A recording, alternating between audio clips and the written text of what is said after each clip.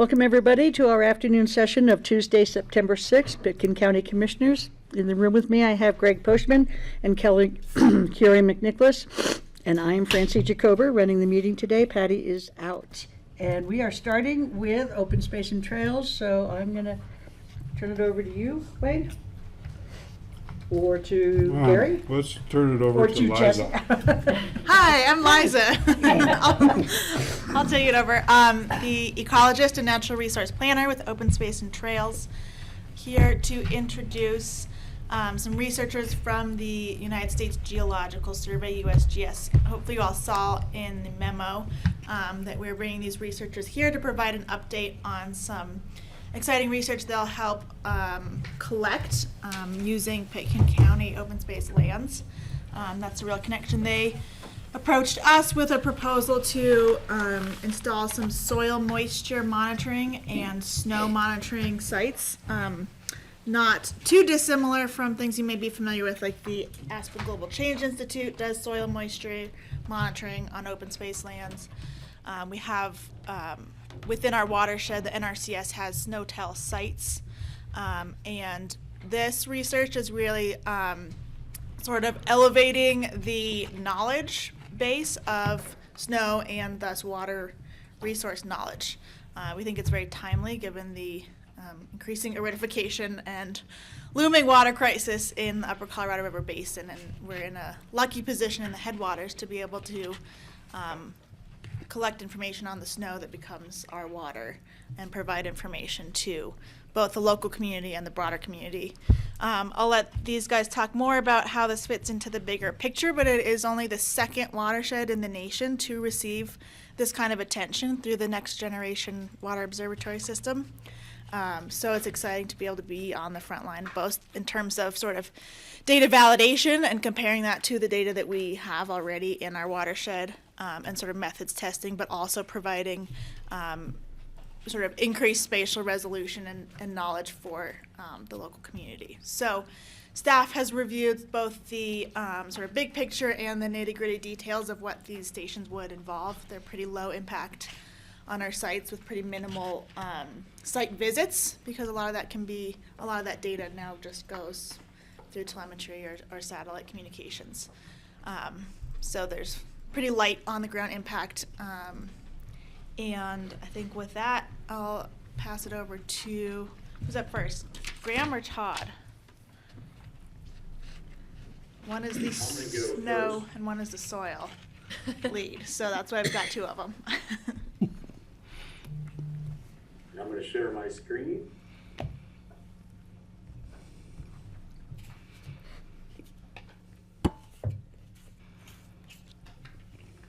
How's that look? Black. That looks great. There it is.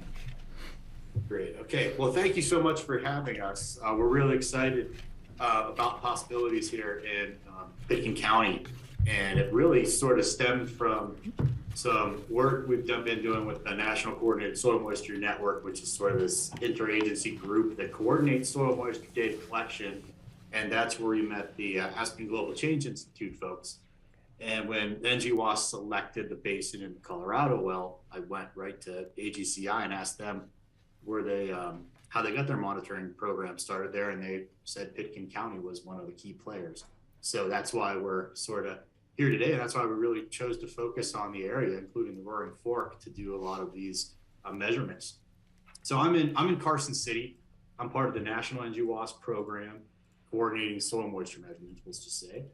Graham is a research hydrologist in the Lakewood office, our big office in Denver. And then Suzanne Patchke is our director and overall sort of coordinator of the NGWAS Upper Colorado program. So let's talk about what NGWAS is. Its goal is to observe. So that's sort of the whole direction of this program, is to just observe different components of the water balance. NGWAS stands for Next Generation Water Observing System. And our goal is to use these integrated water science basins to sort of develop tools, techniques, and ways to improve models and forecasts through increasing and using sort of new and novel research or observational techniques. So it's sort of guided by gap analysis, and we found a big gap analysis in Colorado Basin for sure. So we were lacking measurements. But when we develop new methodologies and new instruments that can take a very high time sensitive data, so really rapid data sets or cover large areas, we have difficulties in disseminating that data. So we have the NWIS, the National Water Inventory System, where we put all of our stream flow data that I'm sure some of you guys have seen. When we start putting soil moisture and snow water equivalence data in there, it sort of taxes the system. So part of NGWAS is to develop better ways to get get the data out, as well as increase our ability to use different monitoring technologies and go beyond just stream flow and groundwater. Our monitoring framework sort of developed out off of this triangle diagram that we have to put in all of our talks. And it really looks at the bottom being the largest scale using remote sensing and mapping, and sort of moving up to test beds, the small scale. In Upper Colorado, we have a innovation test bed where we're testing a variety of sensors for measuring snow water equivalence, snow depth. Graham will go into a lot of that. And then we're also measuring or evaluating different means to measure soil water content, which is what I do. I'm a soil physicist. Graham's a snow hydrologist. Together we can kind of make a nice piece of research here in the Upper Colorado. So when we look at the Upper Colorado framework, we have Ranch Creek Meadows and Bertha Pass. Roaring Fork is our intensive sub-basin monitoring area. That's what we're proposing here.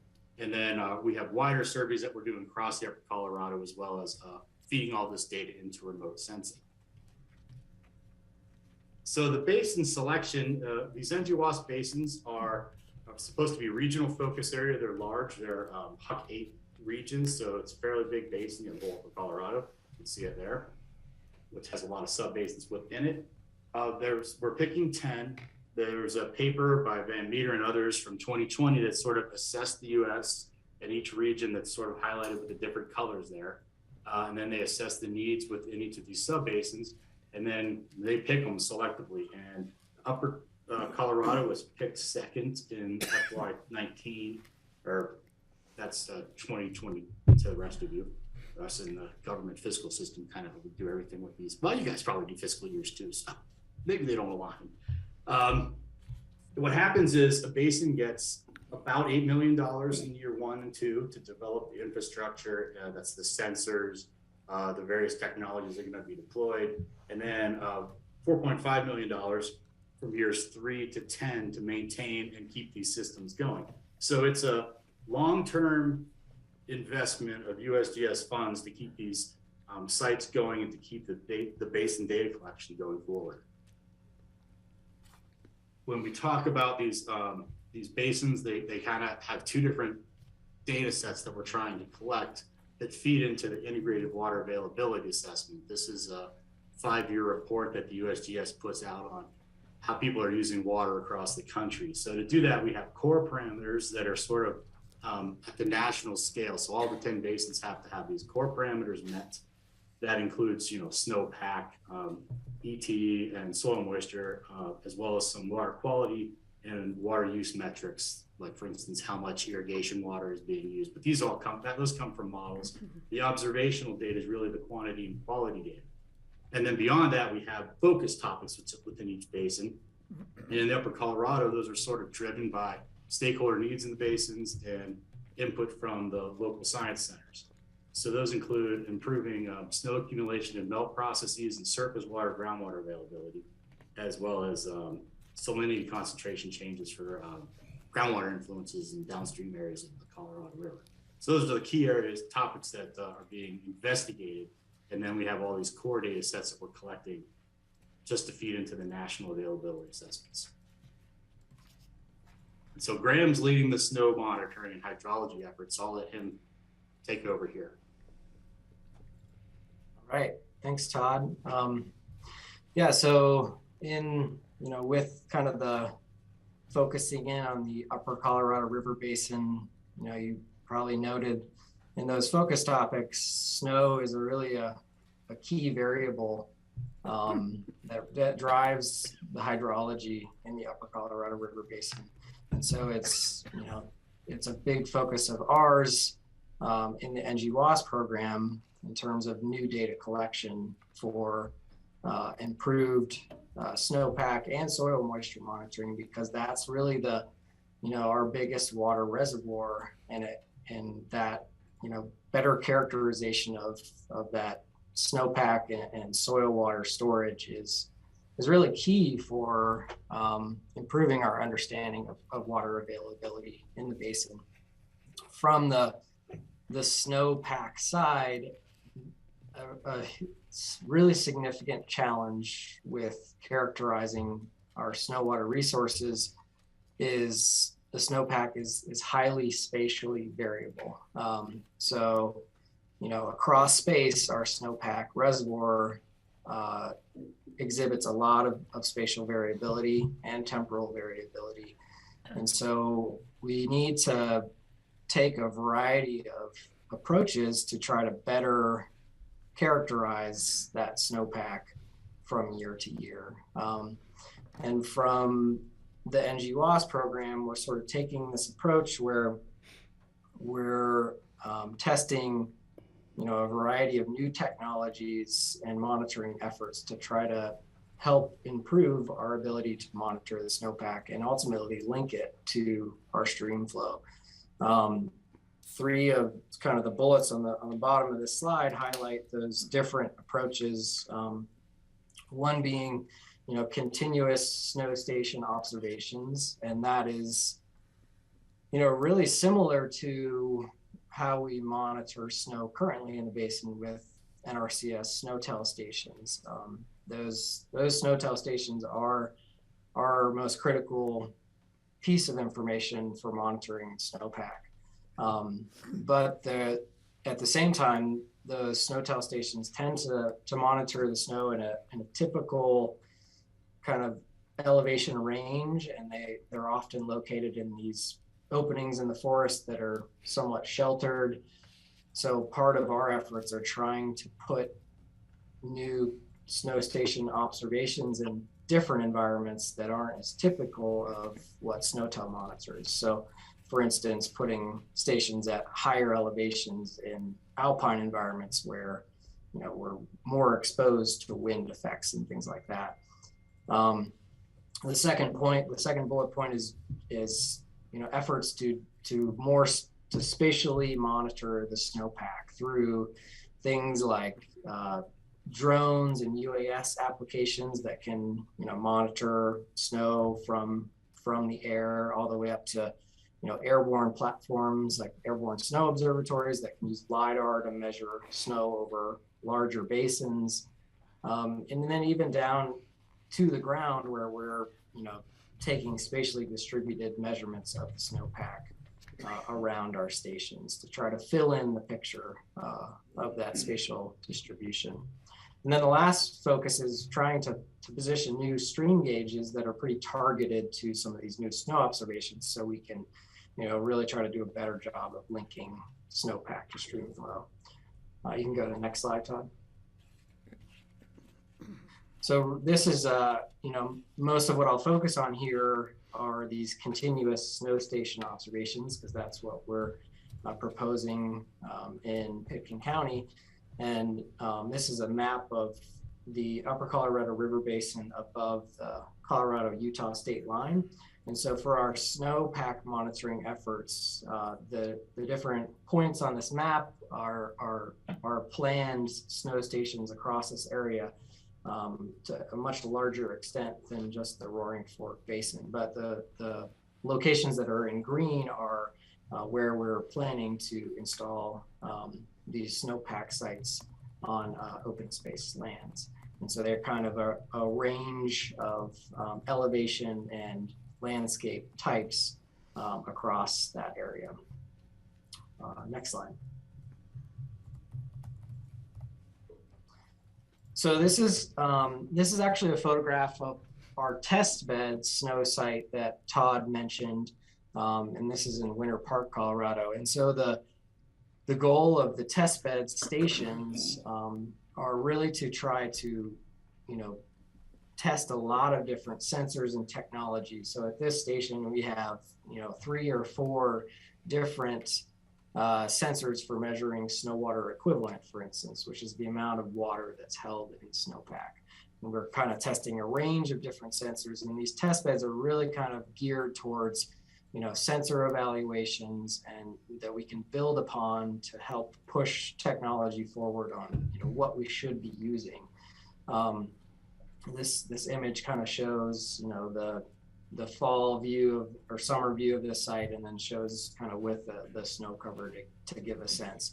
All of our stations that we're running have the ability to telemeter the data in real time. So everything we'll collect will be, you can go online and look at the site.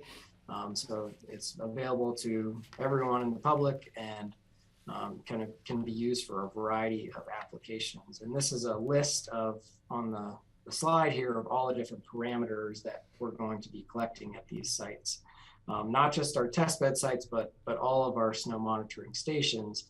So, snow water equivalent, snow depth, air temperature, those are, variables that typically are collected by NRCS snow tell stations, but we're also collecting other variables such as 4-component radiation, snow density, blowing snow flux. So there's a lot of kind of added value parameters that we're collecting that can be especially helpful for evaluating models, which is a big goal of this NG-LOS program overall. And one other thing I wanted to mention with this test bed is Todd and I are actually, working together at this site. So additionally, we have all of the soil moisture sensors testing at this same site. So that's kind of the idea, that we have these test locations that we can really throw everything at them. You can go to the next slide. And then, so this is one of our stations where we have installed at Senator Beck Basin, which is kind of near Red Mountain Pass in southern Colorado. And there's an existing weather station, the taller mast you can see in the background of this photograph, and then our smaller instrumentation is kind of in the foreground. And this is what our typical site looks like. And this site is, in the Alpine. This is at 12,000 feet elevation, much higher elevation than typically monitored by SNOTEL. And one of the things I just thought is interesting from our first season of monitoring, the plot on the bottom right shows the SNOTEL station nearby in blue. This is at a elevation that's about 1,000 feet lower than our station. And then our station in the Alpine is shown in orange. And you can see, the beginning of the season, this is snow water equivalent accumulation. We have kind of much higher accumulation at this higher elevation, but then we see these big losses of snowpack, and that's from sublimation. So it's essentially analogous to evaporation from directly from the snowpack. So we see these big sublimation losses that aren't typically picked up by our SNOTEL monitoring stations. And then at the end of the season, you see this type of site hold snow much later into the year and has a much kind of later snow melt signal. So that's kind of, even though these are very close in proximity, that elevation difference can pick up some really important snow dynamics. You can go to the next slide, Todd, and I'll hand it back over to Todd to talk about soil moisture instrumentation. So the USGS is really, I guess you would say, upped its game in soil moisture. I'm not sure if you're all of you are very familiar with the different ways to collect soil moisture. I won't get too deep into it unless you'd like me to. But I'll say that for questions. A little bit. So I can go on and on. But we basically have in situ sensors, which is the top right photograph, and those are sensors that you dig a hole and bury them in the ground, and they measure a very small area, maybe half a liter of volume. So they're very spatial specific to that depth and that location in the ground. What we're testing today with the Europeans are these cosmic ray neutron sensors, which is the bottom right figure. And this is a detector that sits above ground and measures across a really large area.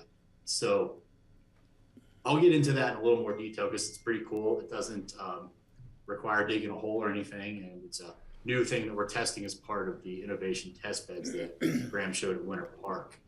So we have a lot of program going on, and along these lines, we have the temporary networks that we're doing in the Upper Colorado. That's a lot of this Pitkin County work. We have a multi-satellite data fusion product where we're going to take the in-situ observations that we're collecting, mesh them, merge them with different remote sensing satellites to come up with 1 kilometer maps of the whole Upper Colorado Basin.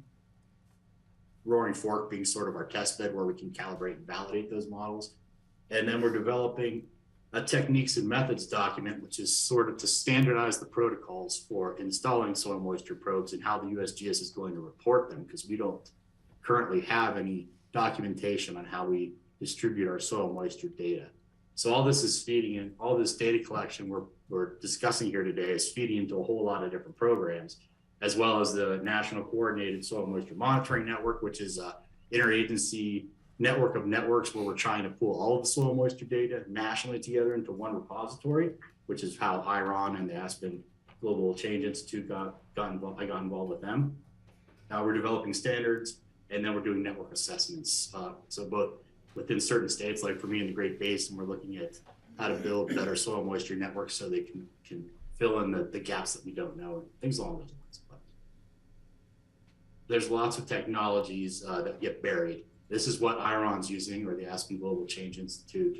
Buried sensors. So we're evaluating those in test beds in Pennsylvania, Colorado, and California right now, as well as different ways to wirelessly transfer the data between systems so we can distribute them. Because again, just like snow, soil moisture is really variable in space. So having just 1 or 2 measurements in a region, in an area, or say a field, it's really hard to conclusively say that you know the soil moisture still. So we need ways to distribute these across the landscape, and then ways to sort of compare the different types of sensors to each other. Since every researcher out there uses a different type of sensor, we need some way to standardize the data collection. The easiest way for us to standardize it is to use these cosmic ray neutron sensors, mainly because it takes all of the installation challenges, digging a hole, getting the sensors in the ground right depths, takes that all out, because you're just putting a detector on the ground, above ground at about 1 meter on a pole. And what that detector is doing is it's doing to measure the amount of neutrons that are being slowed down. So cosmic rays come in through the atmosphere from distant stars and just sailing through the galaxy. And they form neutrons in the upper atmosphere, and these neutrons travel at a very high speed. Is whenever they collide with another neutron, or most likely a hydrogen atom, because hydrogens are basically just a neutron with 1 proton going about them. Well, they have a non-elastic collision if they slow down. If they hit 8 or more hydrogen molecules, they'll become thermalized. And once they're thermalized, we can count them with this detector. So essentially, that orb that you see, that blue orb, there's a bunch of hydrogens that have been thermalized, and we're going to count all those within this area. And they sort of create this very large measurement. So it's almost 300 meters. It's about 30 acres that we're measuring. So you take out the need for having a whole bunch of in situ buried probes, and you replace it by 1 detector that's going to measure all the hydrogen that's attenuating fast neutrons in a fairly large area. But the problem with the sensor is that you're measuring all hydrogen. So that hydrogen can be in soil moisture, it can be in the vegetation, and it can be in soil minerals or organic matter. So a lot of the R&D that we're doing with this technology is to try to split out or partition the amount of neutrons that we're counting into those various pools. And that's why we have a whole bunch of different detectors. We have to occasionally collect a sample or two to back out the different hydrogen sources. And one thing we're going to be doing a lot of to even distribute this spatial information more is we have a portable version of the sensor that we can put on a backpack and walk around, or ideally we're going to put in the back of our pickup trucks, and we can drive various roads, which I'll show you that in another slide. This is a way to map soil moisture and terrestrial water. We'll call it terrestrial water storage because when we first map it, we only know how much hydrogen's there, and that can be the soil water, the snow, or the vegetation. So the proposed networks that we're going to be discussing is we're starting from the soil moisture standpoint with a temporary network. So we have 14 of these cosmic ray sensor units. We're going to set them in a close proximity to each other, as close as we can. run them for 18 months, and then determine which ones are best representative of the larger soil moisture footprint. And by larger soil moisture footprint, that's a tough one to say. Larger soil moisture footprint, I'm referring to like elevation bands within the watershed. So by mapping, we can figure out what the mean water content is in a given elevation, and what its variance is across that area. And which detectors best represent that, we can leave behind as a permanent network. And the ones that aren't really filling in much of the data gaps, we can move those on to a new location. So ultimately, we'll have 25 locations at the end of the 10-year period. We're slowly going to roll out 14 at a time. Right now, on the map, there's about 18 proposed, and these are all Pitkin County properties. The soil moisture monitoring will have soil moisture, precipitation, and vegetation water content, but that's not really, that's really researchy. They're all on satellite systems. They're all very portable. They're all very uninvasive, and they're pretty small footprint overall. As they phase into this permanent network, those are just slightly hardened, and that the tripod's a little more stout. They'll have a field camera, and they'll also have a SWE cosmic ray sensor on it. So we have a variety of different ways to use the cosmic ray sensors, and specifically we have 3 that will go on the permanent networks that will measure vegetation water, soil water, and still water equivalents along with the camera. And then the snow stations that Graham mentioned are noted with the bigger dots on there. There's 3 of those right now, and they're all above 10,000 feet elevation, I think, for the most part. Our goal with this sort of monitoring design right now is that we want to get a good distribution on the Crystal, the Roaring Fork, and Frying. Ideally, the Frying Pan, when we talked to the Colorado River District and Rudeye Reservoir, was one of their key, I guess, unknown water resources in the area. So we're still working to get some stuff to the north of the Frying Pan with Eagle County, and some stuff further down closer to Glenwood Springs with, I guess, Garfield County.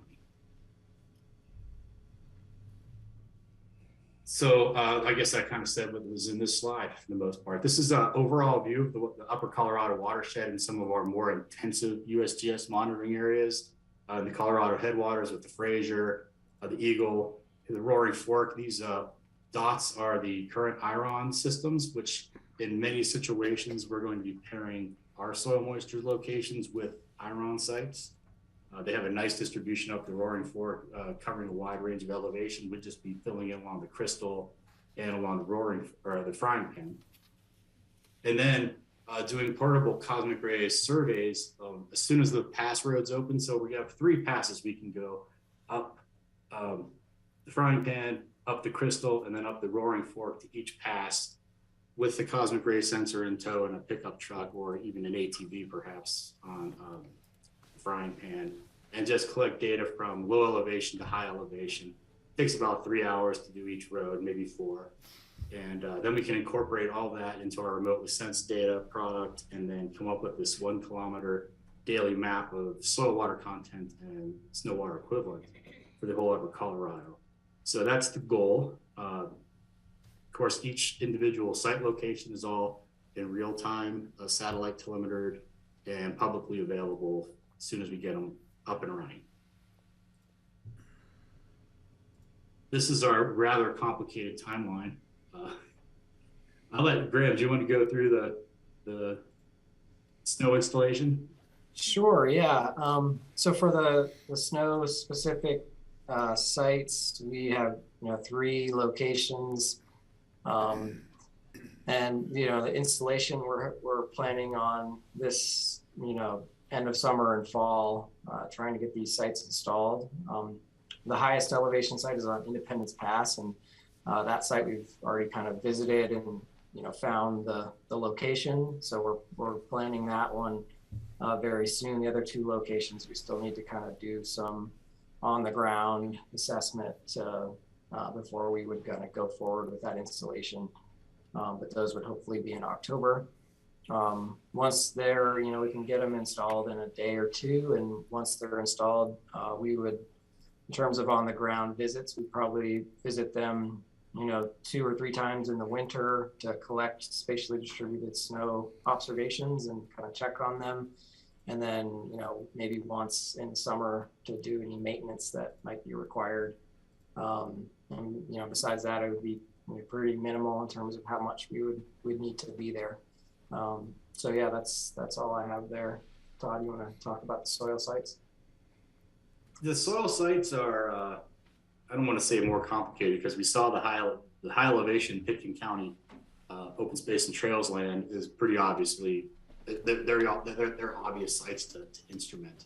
When we get to some of the available properties that are further down in elevation along the 3 tribs, we need to check out a few of them. We picked a lot of these points off of a map and GIS and stuff. So we're calling them proposed because we'd like to go out and verify that it's a good site before we call it an actual monitoring location. So we also only have a handful of the 14 units from the vendor right now. So things are sort of still in production, let's just say.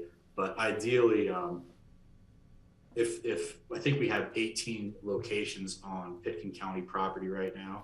So this fall, come out and evaluate each of those and start setting up as soon as we can. The installations are pretty painless since everything is mounted on a pole. There's not a whole lot of work to do other than carrying it. So we have 6 on the Roaring Fork that look really good. We do need to find some more locations that are on the northern half of the watershed that would hopefully we can get with Garfield County on that. That's on the way northwest corner. Then we have Frying Pan. Those ones look pretty good, but I haven't been in that area at all to figure out how hard it is to do the driving and the access. But we'll evaluate that this fall, and hopefully we're going to begin doing the cosmic ray surveys early October.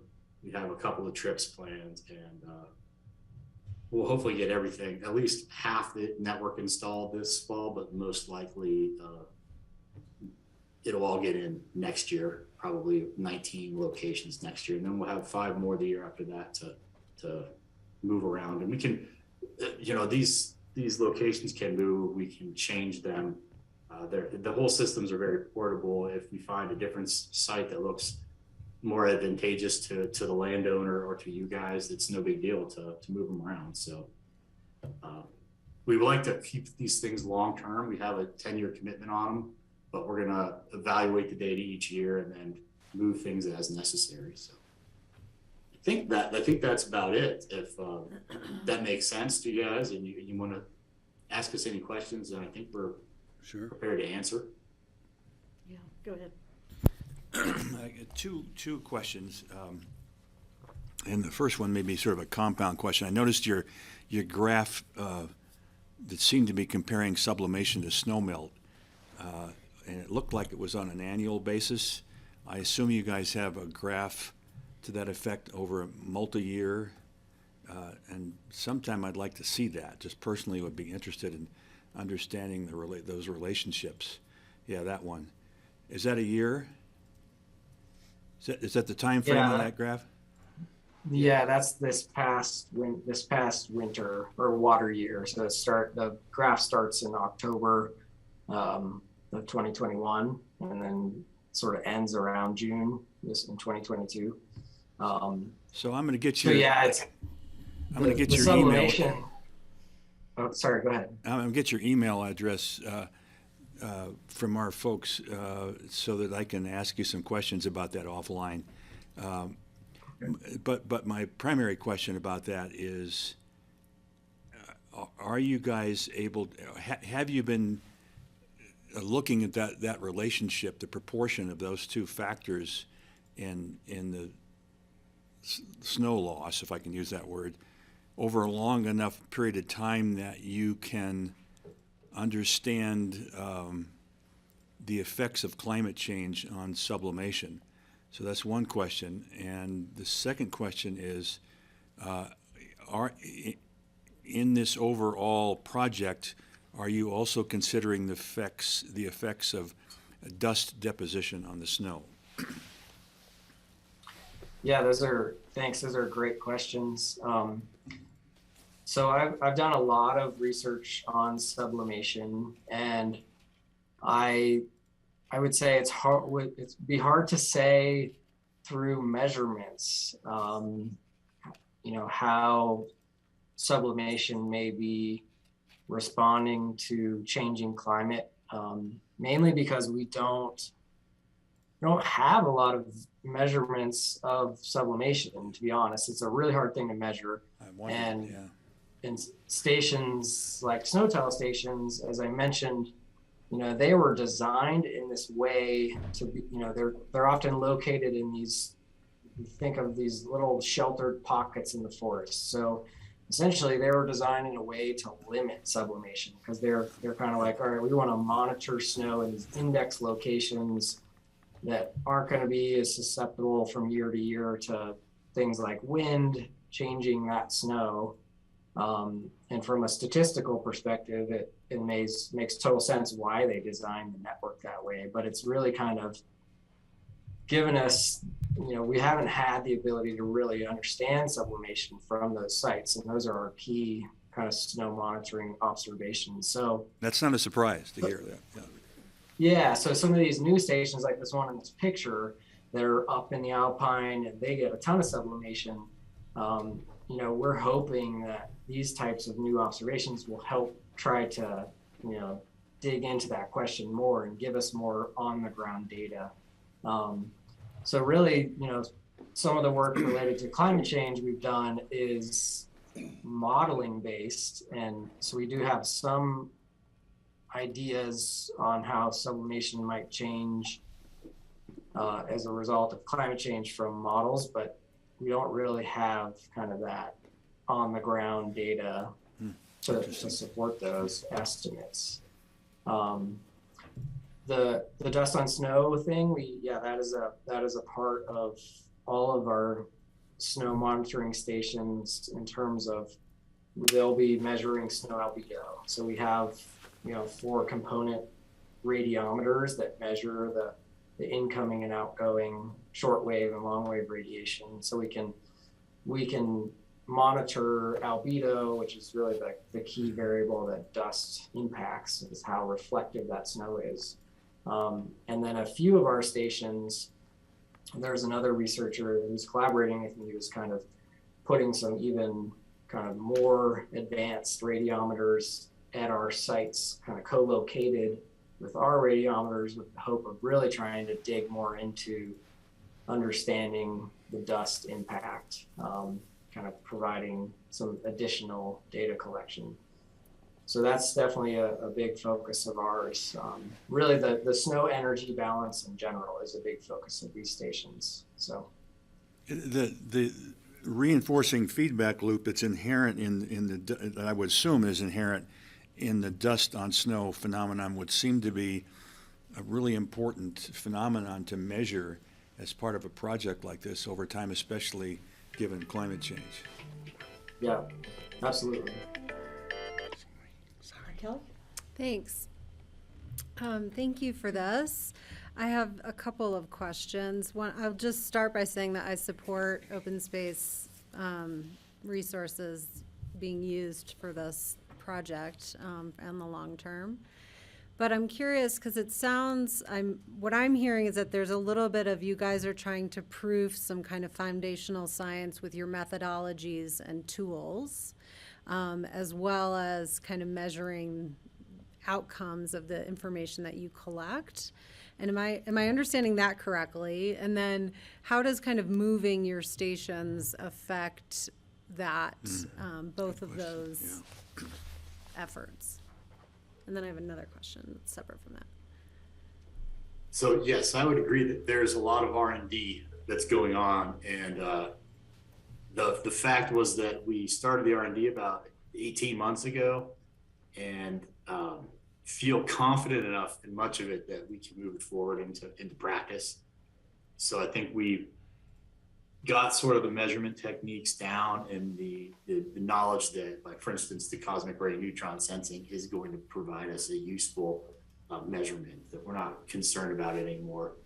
and we've done it in a variety of different climates, from arid California to forest in Pennsylvania to an alpine setting in Colorado, and it seems to be a consistently good measurement.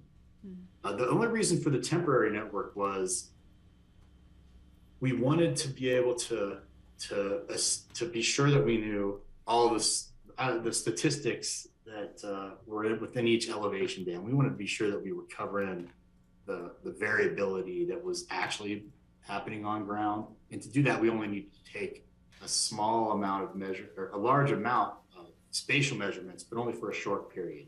And from that, we can determine which station best represents the mean in that area and which parts represent the extremes, the wetter and the drier sides.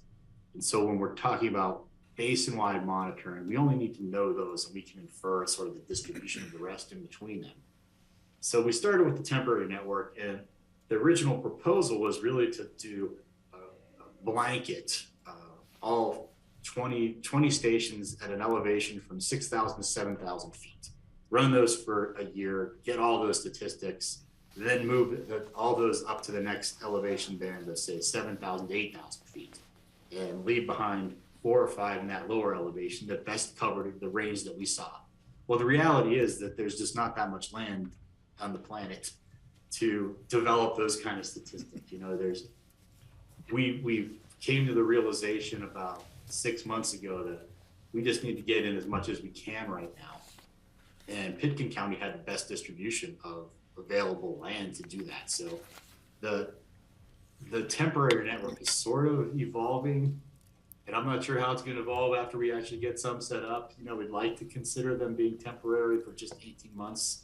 But the fact is, I think a lot of these are going to be there for quite some time, because we're not going to have a whole lot of other options to move them to, unless they simply aren't producing usable data. But I don't know what non-usable data is. That's probably not even. They're always going to be useful. Okay, thank you. And then my next question is, how will you pull information about the groundwater resources in the basin? Well, we have a couple of wells going in. Maybe I'll let Graham speak to that, because that's part of the Water Science Center objective. Yeah, and I'm not the expert in groundwater. Connor Newman is our groundwater hydrologist, and he's leading an effort kind of similar to what Todd and I are leading. And I certainly can provide some more information, but they have some targeted areas for groundwater investigation in the Eagle River Basin. I don't think the Roaring Fork is currently kind of a focus area, although I know Connor is really interested in it. And part of that is, I think for him, like finding existing wells was a big part of the effort, because it's much bigger impact to drill a new well, and it's a big cost. So I think in terms of his expanded monitoring, it was a big focus of his to find good networks of existing monitoring wells that he could utilize. So yeah, I would have to double check, but I don't think there are currently plans for groundwater monitoring. Got it. So the broader program includes that, but the site-specific request here is not integrated with the groundwater science. Is that fair to say? Right. Okay, thank you. Is that all? Yeah. Yes, thank you. Okay, Greg? Yeah, hi, thanks. I just had questions regarding solar gain. It sounds like your radiometers are measuring solar gain at the sites and looking for the links between that and sublimation, if there's anything to be gained from what your solar panels are receiving, but maybe you've got more sophisticated stuff than that, and I don't need to hear about it now.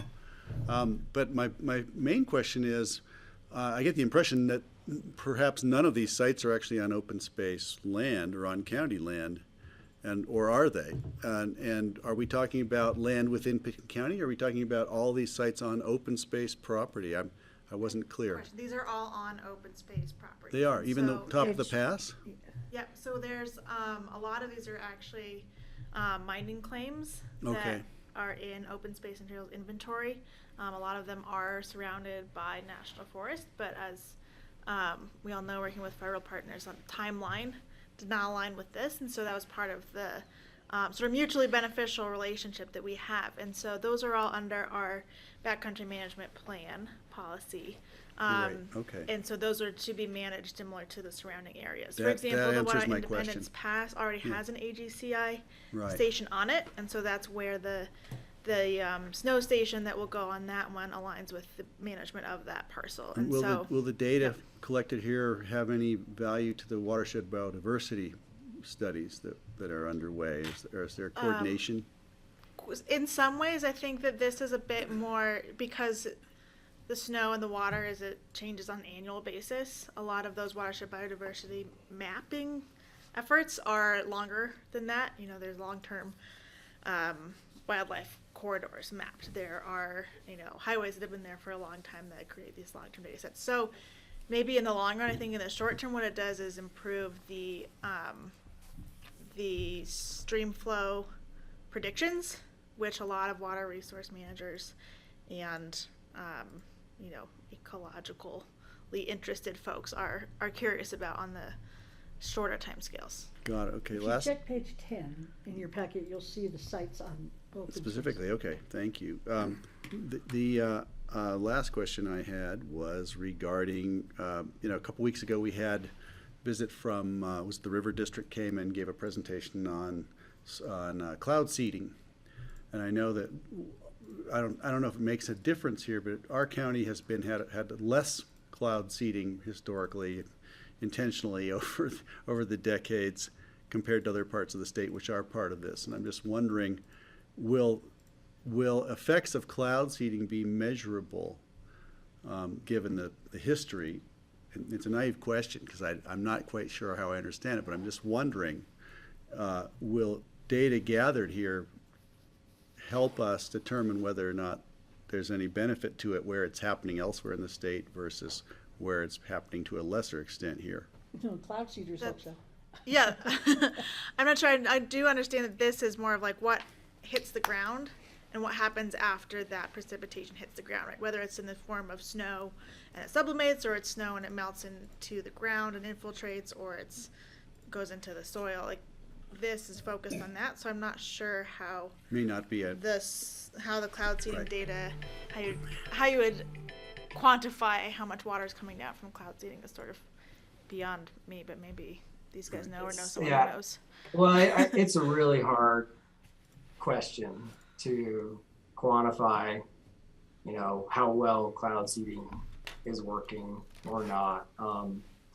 I think I thought about it some, and in my mind, I think kind of combining stations like this that monitor snow on the ground in strategic sort of upwind and downwind areas of where cloud seeding happens, and then combining that with something like snow chemistry where you're looking at silver, because they're using silver iodide for the cloud seeding.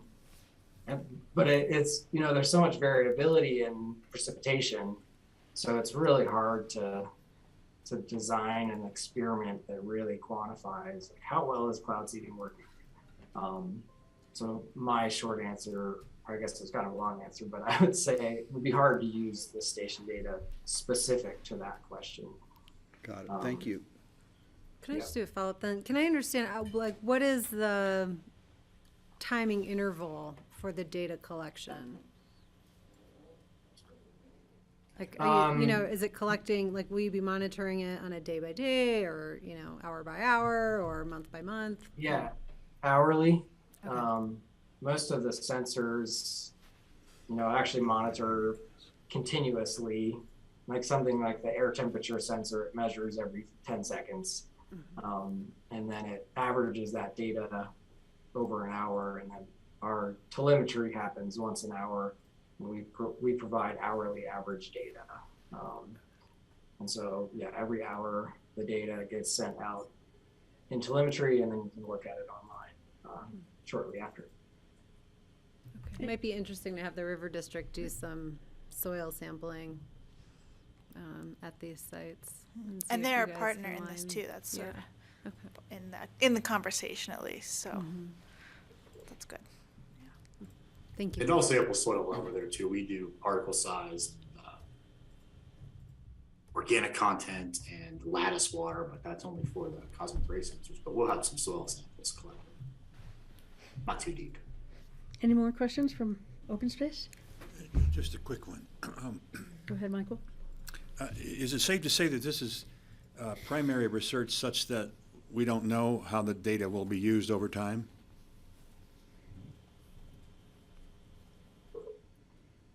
I mean, I would say from the USGS, we certainly know how we plan to use the data.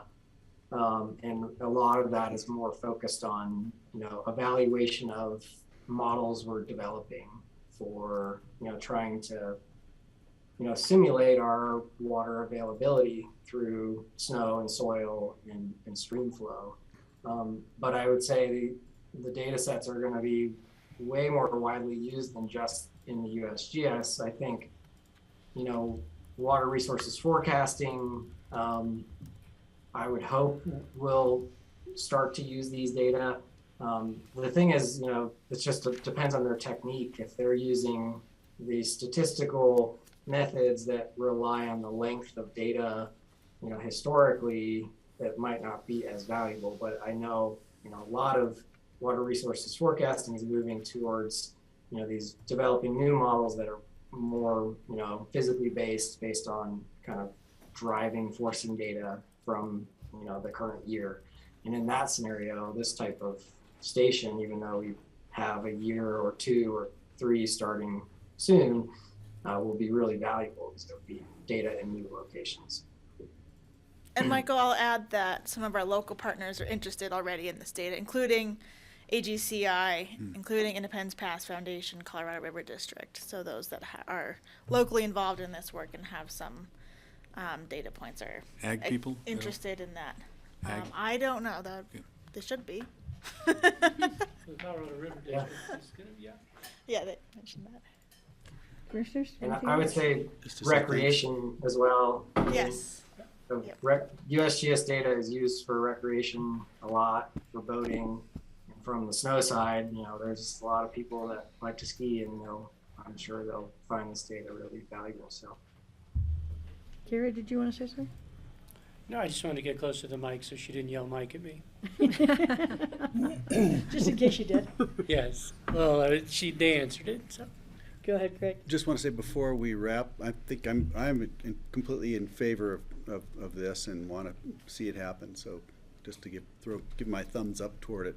But I also just wanted to, if we can carve out a tiny bit of time before our joint meeting ends, before the next thing begins, I just wanted to Different reserve topic. a minute or two, different topic. All Yeah. right. Well, thank you so much, Graham and Todd. That was really cool, and I am also in favor of it. So, Great. thanks very much for the opportunity. Thanks for coming. thank you. Thanks, Liza. Of course, thanks for Yeah, letting thank us you. bring the experts directly to you. Yeah, that was great. Nice Yeah, to- that was good. Thanks. So you know what's happening on our lands and in our area. So. Yeah. Yeah. Yep, And just to let you know, we approved them doing it. We just wanted to give you guys an update, and since they weren't asking for money, we didn't. We didn't need- have to give our thumbs up. Well, Really is. you Nice know to what? have It's them. always good that you guys are, and say, I figured you would be, but I kind of said this is something where we want to support these efforts. This is great research to have in the valley, and we have the properties all the way up and down that can really help support this. I saw that chart, I saw that matrix, and somehow I just glazed right over it when I was looking at the maps. So Yeah. Well, it's Maps are interesting. sexy. They're not very Yeah. straightforward I names. like the graphics. Thank you. Yeah, Great. Greg, did you have something else? If I could, before you go, I wanted to just request, since open space, since we're doing a joint meeting, after our CDOT meeting a few weeks ago, an article, Scott Condon contacted me regarding the wildlife overpass part of the conversation, because I'd said something, and so he quoted me talking about wildlife overpasses. Since that article came out, I've had a lot of interest from the public, whether it's on social media or phone calls or emails, asking how people could participate. And I just wanted to share that with all of you because I think it's an important topic in the community. there's a Summit County and Eagle County have the Safe Passages organization, which have been very successful. And there's a group who want to start one here, and they're moving forward with that, perhaps under the auspices of the Watershed Biodiversity Project. They're all in conversation. Out of the blue, the Ski Company Environmental Foundation contacted me and said, who do we talk to? We'd love to invite a grant request proposal. And I've never had them call me and say, hey, we want to help somehow. And so I forwarded that to the people I've talked to who want to start an organization to start advocating for wildlife crossings in whatever form. So it seems that there's a lot of interest and a lot of things are happening.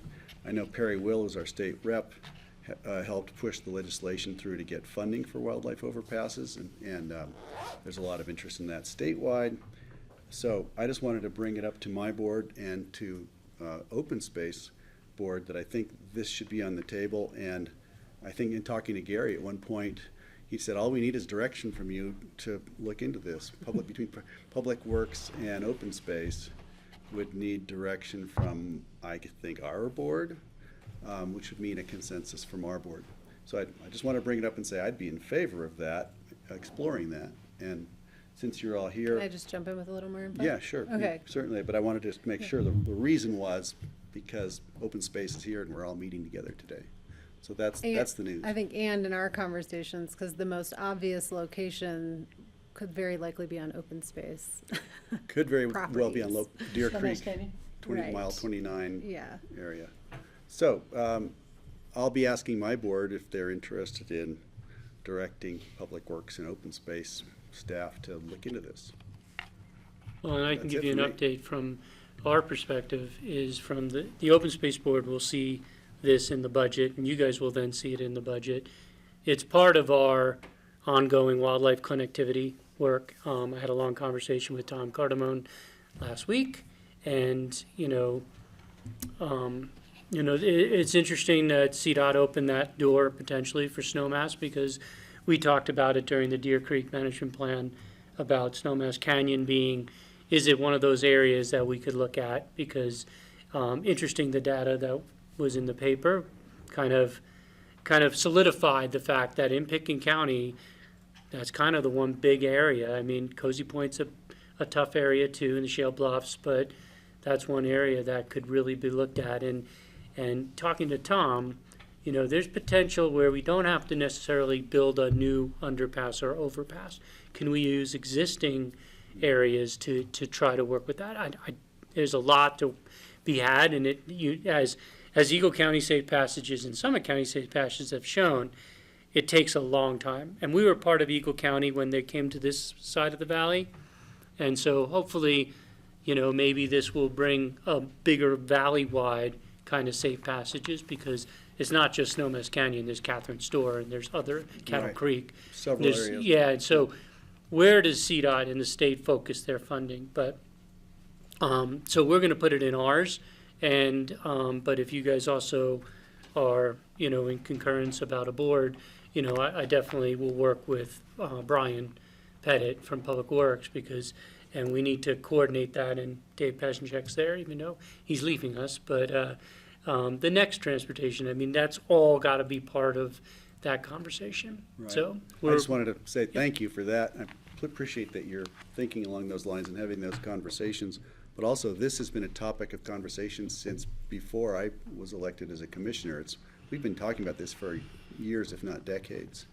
And I think as the traffic density and velocity on 82 and 133 even increase, it's going to become more important. So, It's part of the fabric of Pitkin County, kind of like the S curves and, so thank you. I appreciate it. That was my 2 cents worth, and hopefully we'll move it forward. Thanks. Well, thank you, Open Space Board and staff. That was illuminating as always. Very I'm great perfect. this morning. Yes. That was awesome. yeah, thank you guys. And thanks for bringing Nice to lunch. see you. Yeah, thanks for lunch. Did you provide lunch or did we?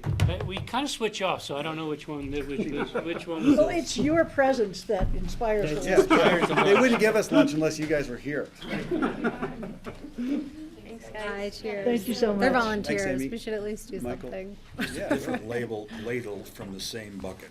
Yeah, That that's doesn't right. sound appetizing. You want to keep this? I'm just going to email it to you. Yeah. Instead of writing. Okay, next we have some discussion about upcoming regular meeting items, starting with the Raptor Bike Share. And we have David Pesacek here to talk to us about that, and Dan Blankenship maybe, Can I take a minute? and Mirta. You want to take a minute? All right, we're going to take a 3-minute break. I should tell Dave he can't go. We did, It's and all of such a a sudden good he didn't think he offer. had to listen to us. So it's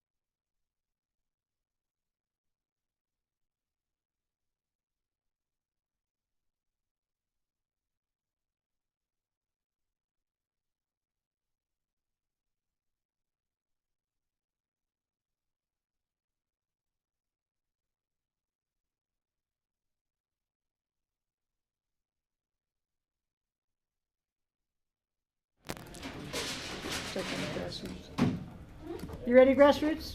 Okay. Okay. All right, let's go to you, David. You're about the Raptor Bike Share. I think I'm going to actually turn it over to Brian Pettit. I was actually going to be filling in for him today, but this is really more of a county endeavor here. But he's So- actually here. And he is actually here. All right. Virtually. Thanks, David.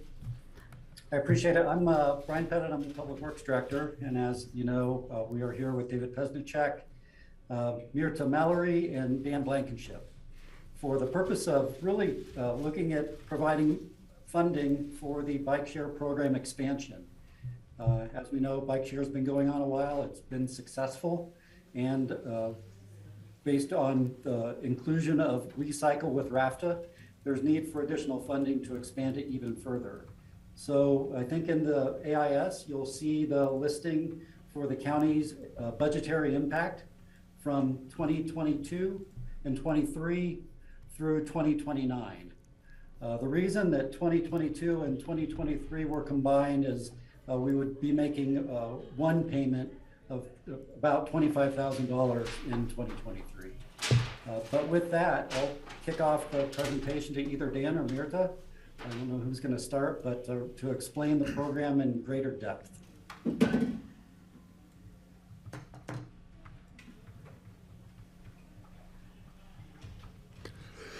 Dan. Finally found my mute button. Hi, Francie and Greg and Hi, Dan. Kelly and Steve and everyone there. I think Mirta is in the room with you.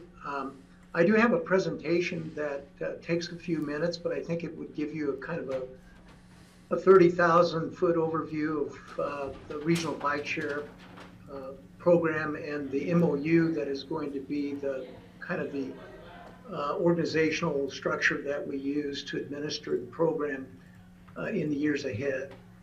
There are going to be 7 members or 7 parties to this MOU, and they're all RAFTA jurisdictions.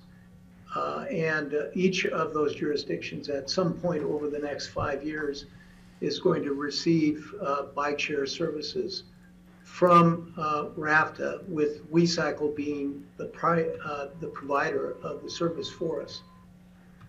Some of the, and I will share my screen here.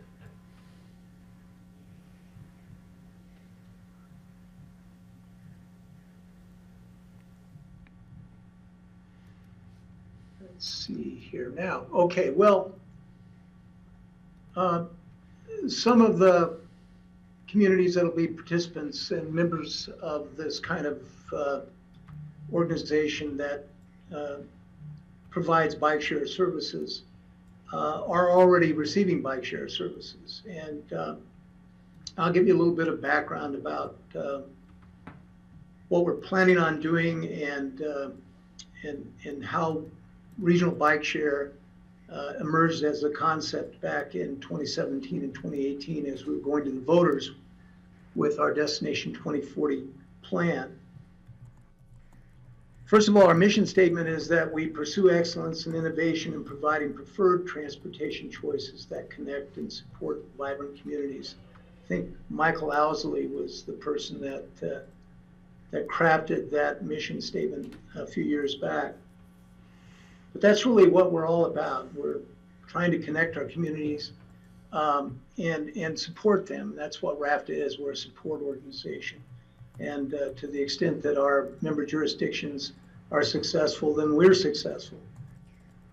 Back in 2018, when we went to the voters, the reason that we thought that bike share would be a good project to add to the overall Destination 2040 plan was that almost half of the Roaring Fork Valley was already receiving bike share services. And we wanted to fill in the gaps in Carbondale and Glenwood Springs.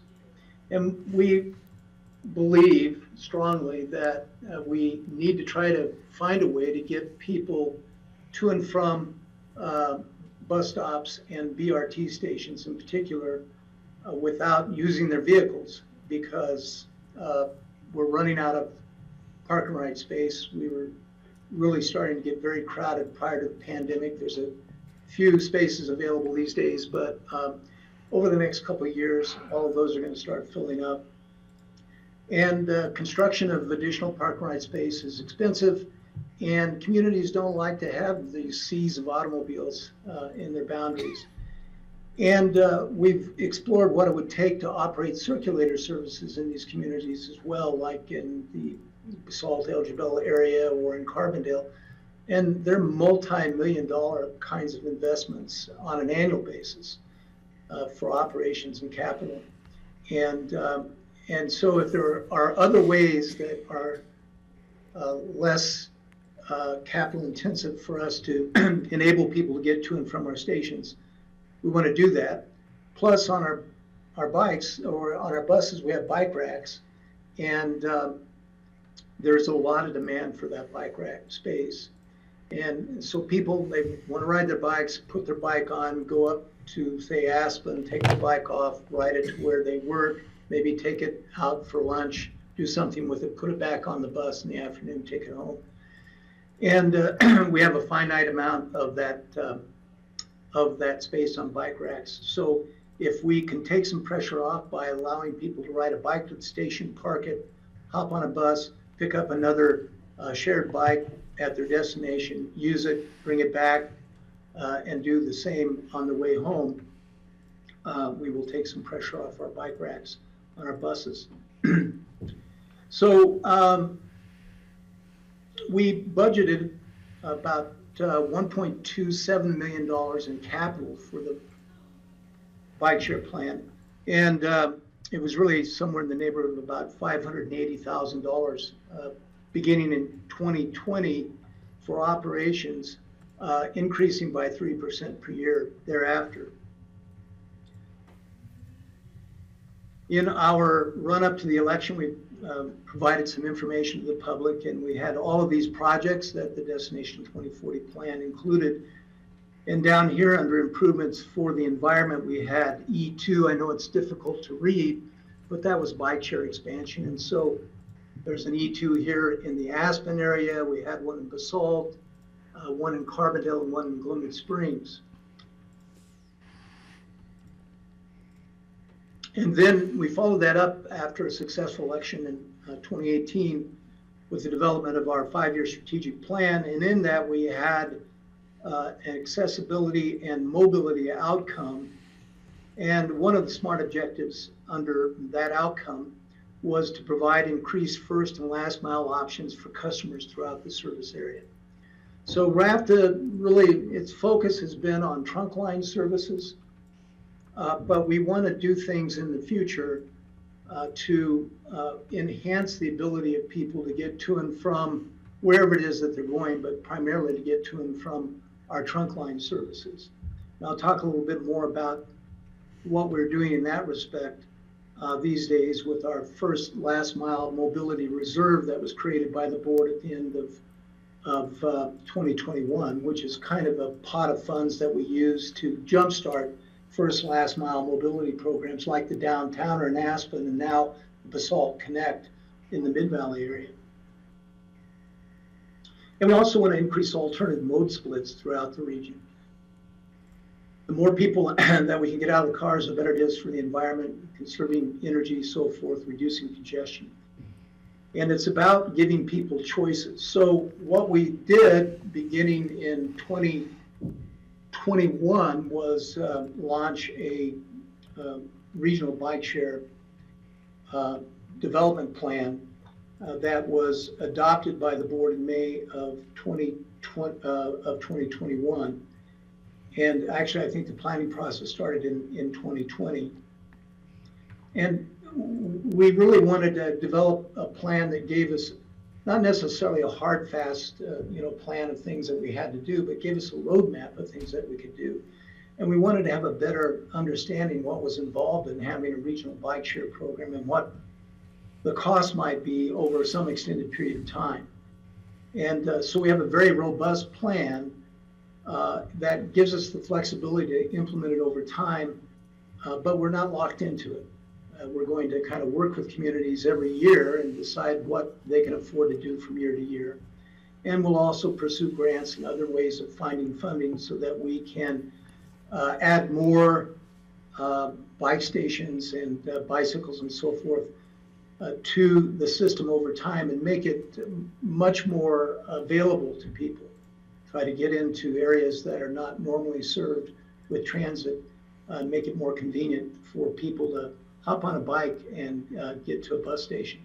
So our plan looked at kind of the existing systems here in 2022. We're continuing providing the services in Aspen and the Mid-Valley area, Basalt, Eagle County. There's a kind of a pilot system up in Snowmass Village as well. RAFTA is helping to fund that this year. And then in 2023, if we follow our plan, when it's finalized, we're looking to start some significant improvements in the bike share service and expand it to Carbondale. And then in 2024, we would kind of finish up what we consider to be within the Destination 2040 plan, what was envisioned then. But in gray, we have some things here that we call outside of Destination 2040 that are other things that we can do over time if we have the resources to make bike share services more robust throughout the region. So in May of 2021, the board adopted the regional bike share plan, and then they authorized me to work with WeCycle and with all the jurisdictions that wanted to be a party to this MOU to craft this MOU and a service operating agreement with WeCycle that would cover 5 years. And the plan will be to kind of update that every year, at least the exhibits. We'll be working in the communities every year to find out what the scope is going to be for the next year's program. And then we'll develop a budget for that. So the MOU itself is kind of fixed, the main body of the MOU, but the exhibits, the scope of work, and the budget will get updated every year. And that will be vetted with the communities during the budget cycles, and then we will make sure that everybody's on board, and then we'll have some type of a letter agreement just saying, this is the plan for the coming year. Are you on board with it or not? And then hopefully the communities will sign off on that and we'll move into the next year. This is the budget for 2022. The development of the regional bike share plan took a little longer than we anticipated it would. It was more complicated than we thought it would be. And so we developed an interim agreement with WeCycle for 2022 in which we are providing some funding for capital. We put a deposit down on some equipment that's going in this year. And we did that last year, and then there's we have to make payments on the balance of it this year.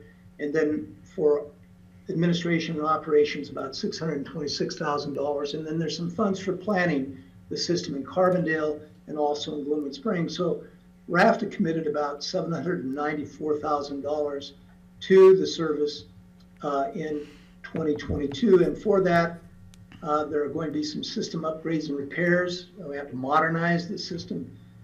There were 5 new solar-powered e-stations and 13 new e-bikes that went into Aspen, the Mid-Valley system, 2 new solar-powered e-stations and 13 new e-bikes. The e-bikes are proving to be very popular. Carbondale, Myrta is working with the town there to develop the plan for 2023. And then in Glenwood Springs, today we met with the Transportation Commission. We'll be doing some initial outreach to them in this year and more detailed planning in 2023. So the concept is that in terms of cost sharing, that there are kind of indirect regional costs that cover the basic overhead of operating WeCycle. And RAFTA, WeCycle, and the EOTC will cover those costs, and they'll be allocated to each participating jurisdiction by their percentage of total stations. And I'll talk a little bit more about that in a minute, but we would be asking each jurisdiction to pick up 100% of their direct operating costs each year. And the reason that we do that is that there are things that those communities can do to affect their costs. They can provide some in-kind, some office space, maybe some staff time. There may be other things that they can do from an in-kind service perspective to lower their costs, and also they kind of control the span of operations, the length of their seasons. In the Upper Valley, it's really kind of a spring, summer, fall kind of operation just because of weather, but in the lower reaches of the valley, in Carbondale and Glenwood Springs, they might be able to operate 9 to 12 months a year. So their costs are going to be higher because of that. And we found it just works better to kind of put the responsibility for managing the direct operations on the communities themselves, rather than the region kind of dictate what you're going to get. And then RAFTA will pay for startup costs. There are office spaces and storage facilities and supplies and so forth that need to be purchased each time one of these systems starts up. RAFTA would pay 80% of the capital costs. The local communities would be asked to contribute 20%. There's going to be a capital replacement charge as the equipment gets about 5 years old or so. Then we'll start putting money away to replace bicycles and other key components of the system. And the RAFTA would pay 80% of that, the local community would pay 20%. And then startup equipment. There might be a vehicle needed to balance bicycles, a trailer, some other things that are needed, and RAFTA would pick up 100% of those costs.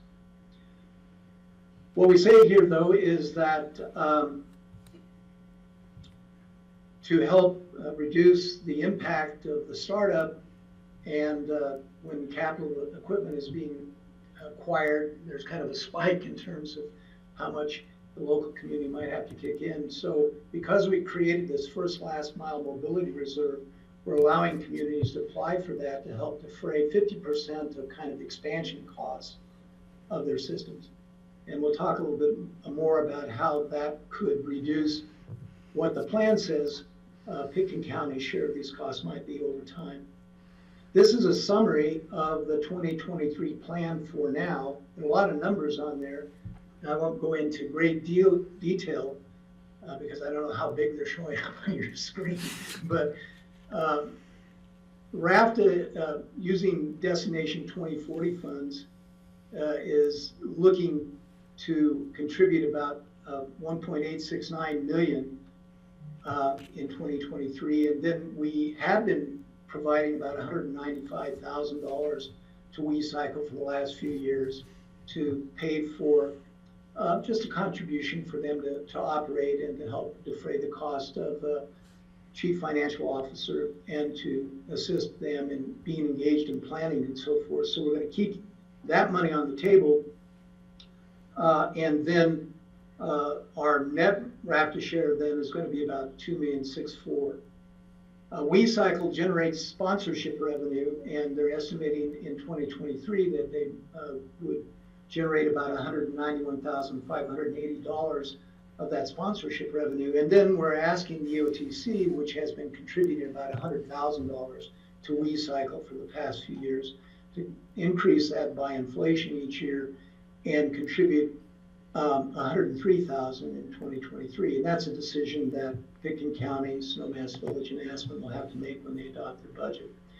But what we're doing is we're saying that these funds, particularly on this line A, going across from columns B through F, are costs that are used to support WeCycle's indirect overhead operating expenses, and that these would be allocated out to each region. They wouldn't have to pay these, but each region can see how much of these costs they're getting based on their percentage of the percentage that their stations represent of the total. And then if you look down here on line G, the total outlay is $2.992 million, with about $633,000, roughly 28% of those costs coming from the local jurisdictions. The balance coming from RAFTA, 51%, 13% from WeCycle, 7% from the OTC. So for 2023, the scope of work for Pitkin County is this year kind of plan for implementation of an expanded bike share program for Pitkin County in 2024 with some expansion out to the ABC. I know that that service would be very well received. Mistakenly, a couple of years ago, I rode one of the WeCycle bikes that I picked up at 8th Street Station out to the ABC, thinking that I could put it back in one of the docks there and hop on a bus and go down Valley, and to my chagrin, there was no dock there, and I had to ride all the way back to 8th Street. Exercise was good, but you have a lot of people living there. I think a lot of people would really take advantage of some e-bikes to go into town and back. And then we'll continue in 2023 with the existing Mid-Valley services with 2 stations that are Pickens County's, 17 docking points, 7 pedal bikes, 6 e-bikes. And then the season's going to be extended from 6 months to 9 months operation. Then Rafter plans to put the deposit down on the county's equipment in 2023, so it can be delivered and installed in 2024. So if you look at the MOU itself, there is an Exhibit 2 that has all of the costs for each jurisdiction and then a summary of the costs and so forth. And as I said before, what we're doing, it's, there's no magic to it. These indirect operating costs are going to need to be paid no matter what. What we're trying to do here is just give people a relative sense of the cost or the contribution that's being made to support their services by allocating those indirect costs based on their percentage of total stations. So in 2023, Pickens County's total outlay, according to this plan, and I'm sorry when I go down there, that wants to get in the way, is about $12,637 of a total of $42,300. And it's primarily in operations. It's a cost for that kind of mid-valley service that's being provided. And then there's a little bit of capital replacement that's kicking in on some of the equipment down there to the tune of about $952,000, or 20% of the total $4,758. But I know as a decision maker, my board always said, well, that's great, Dan, that doesn't seem so much for this year. What does it look like, the year after that, the year after that, the year after that? And so we have kind of a forecast of what the cost of the Pickens County system would be in the out years. And as you can see, in 2024, there's a bump up to about $79,680. And the reason for that is this capital outlay, the 20% capital outlay. And you can see that in 2025, that you're just really looking at operations and a little bit of capital replacement, so the costs drop back down to about $30,789. I hasten to add that Pickens County can apply for RAFTA First Last Mile Mobility Reserve funds, and if it did that in 2024, its outlay would be $39,841, as opposed to the $79,000. And then we, at this point, envision that First Last Mile Mobility Fund would be something that people could apply for the same project, and we have other projects, but for the same project for a period of 3 years. Our hope is that they could transition to a more sustainable long-term source of funding beyond that. So if you look at 2025 with this cost of about $30,789, and if you start the clock in 2023, bring that outlay down to $39,000, and then in 2025 and 2026 apply for that funding, you can get your cost down to, to roughly $15,000. Dan, can I jump in quick? Sure. Please? Thank you. The page previous to this one, I think I know the answer, but I'd just like to confirm. So when I look at this page and I think about the earlier on in your presentation, the system build out that was outside of the 2040 destination funding into the future, I'm assuming that these out years, 2027 and beyond, don't include costs for that future build out. Is that correct? That's right. Okay. Okay. So we just, in our minds, we might be thinking if that future build out is the goal, then these numbers would look bigger than they do right now. Yes, it would, Okay. but participation in those out years is really kind of voluntary. Sure. I'm sure we can deal with it in a future time, Yeah, but I there's no just wanted to requirement know. that people do it, but I think that once we deploy a fairly robust bus system on a region-wide basis, demand is going to increase. People are going to start using it. We're going to see greater utilization than we see today. And there may be more requests that, hey, could we get a station over here in this subdivision? Could we get a station over here? It would really be nice if we have one over there. And so each community on a case-by-case basis can work with Recycle, with RAPTA, to see if we can expand it. And it's not to say that in those out years, RAPTA wouldn't contribute more. It has about $5.7 million in that first last mile mobility fund currently, excuse me, and it will continue to replenish that fund with 10% of whatever annual surplus we have in our budget, and we can apply for grants. And there's potential that MIRTA might be able to find private sponsors who would pay for a station to be put near their business or something like that. Sure. So there's a lot of opportunities to expand it in the future. But we want to keep faith with the voters. We want to do what we said we would do. But once we got a plan, we realized, there's a lot more we could do than we envisioned at the time. It was, our plan was somewhat simplistic. And as we've explored it more, we have realized that a lot more can be done. And the more that is done, the more people will use it and the more people will get out of cars. And the more will help to reduce greenhouse gas emissions and congestion and so forth. No, I support the program. This slide Thanks, here Dave. also has a lot of numbers on it, and I don't want to get into all of them, but in the top part here is just trying to track how we're going to pay for the operations based on the forecast that's going out through 2029. And so we accumulated funds in 2020, 2021, and 2022. We didn't use all of the, they started out with 583, but increased by 3% per year. We didn't spend that. So we're going to tap into that to help supplement kind of our annual outlay for that funding going forward. And the bottom line is based on our forecast, which again are just assuming 3% cost increases per year.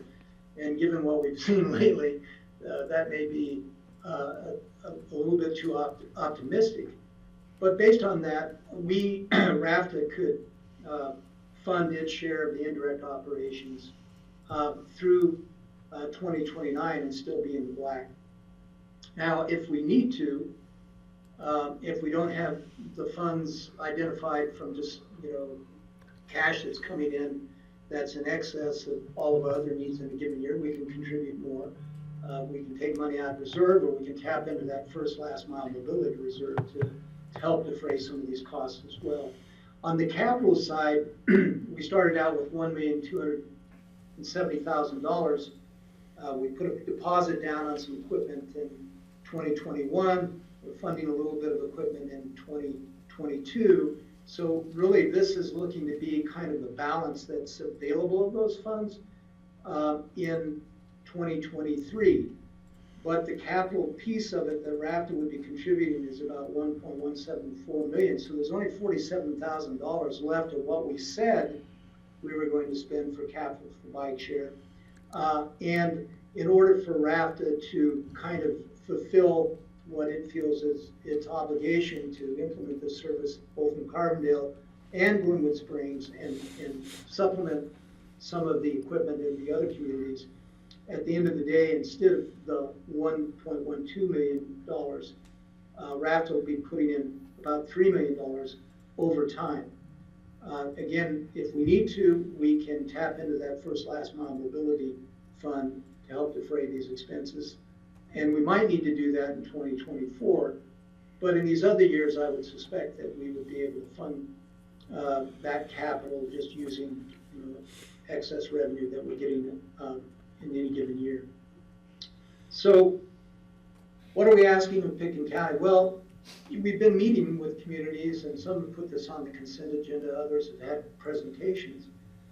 It's kind of like, your kids when they go to dad and say, hey, Dad, Mom said it was okay to go to the movie if it was okay with you, and then you say, well, okay.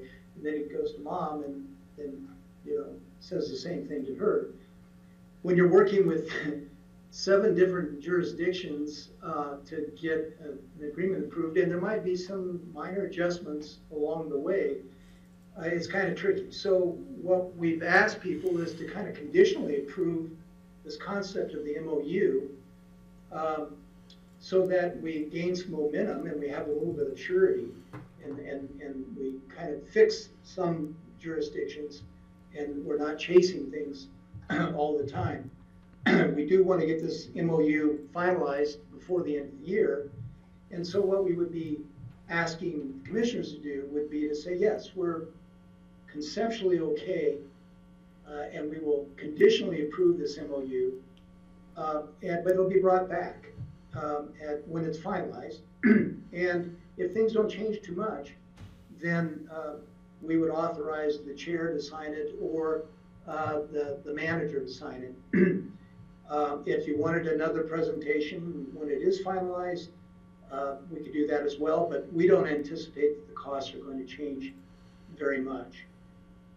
There is a supplemental funding request in talking to your staff, Brian, and that would be this $8,592, which is kind of Pickens County's share of capital in 2022.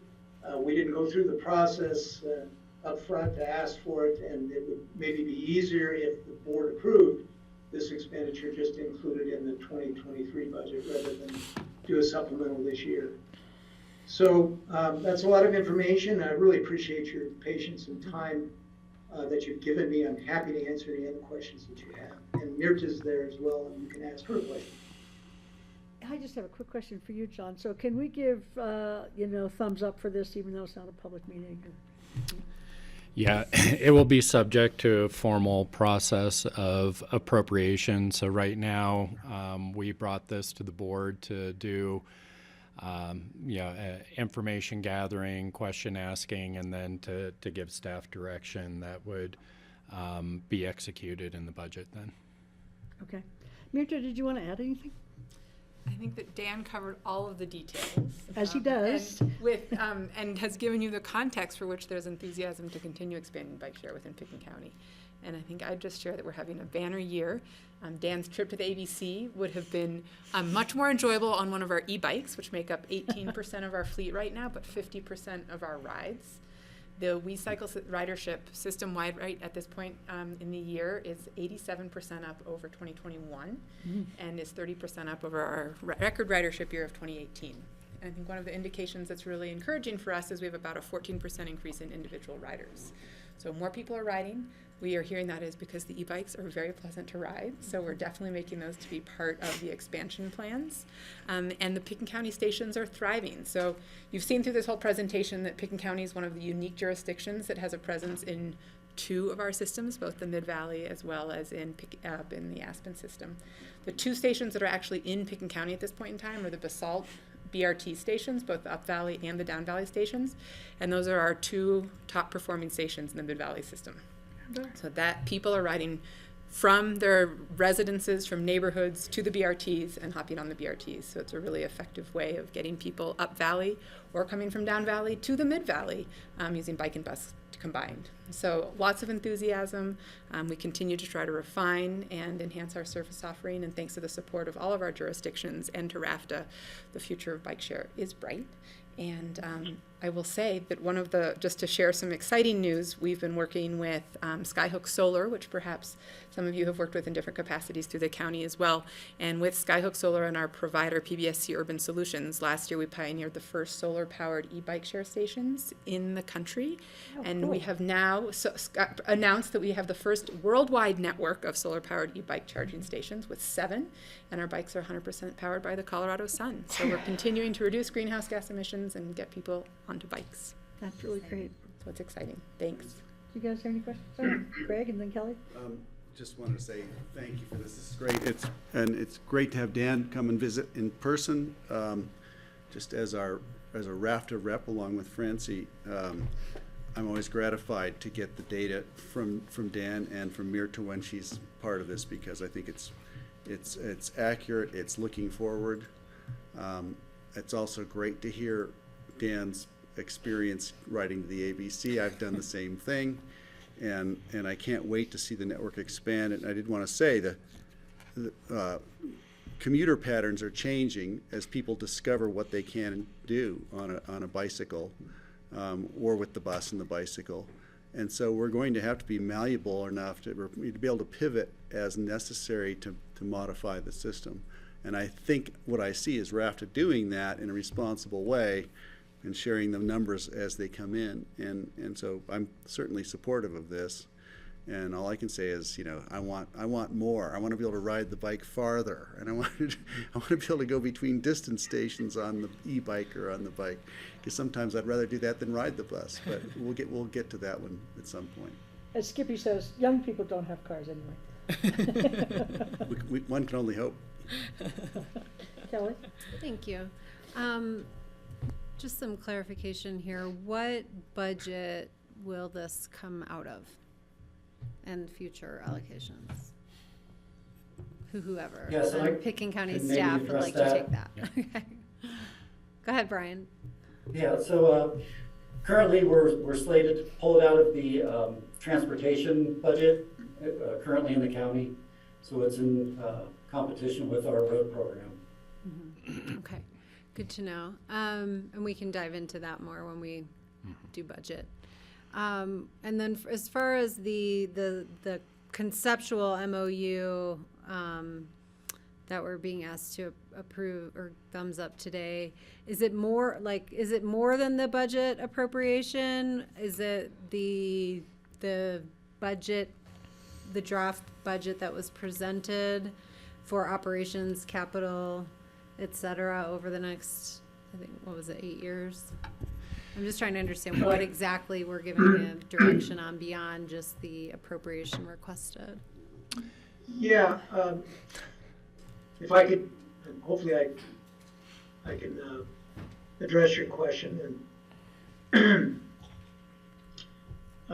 the MOU again there's kind of a body of the MOU which is, you know, there might be some minor tweaks, but the intention is that would stay pretty much the same for the life of the MOU. But what would change every year would be a budget exhibit and also the scope for each jurisdiction, and which would be both of those would be developed in cooperation with those jurisdictions. You know, beginning about the middle of the year, every year we would begin meeting with the communities and finding out, okay, are we making any changes for next year? Is it the status quo? Are we adding some bikes? What are we going to do? Because one of the drop dead dates in all of this is when equipment has to be ordered, which is because of supply chain issues, is kind of moving back. It's, I think in August sometime that MIRT has to put the order in. So we want to have a good idea of where we're headed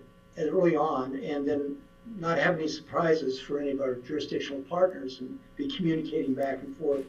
And then once we've finalized a scope and a budget, we would send out kind of a letter, kind of an update of the agreement. We do this with the City of Aspen bus service contract that we have, City of Blooming Springs, and say, this is what we're kind of planning on doing for next year for your community. And then that would be approved by whatever process that you would use, and then it would be sent back to us.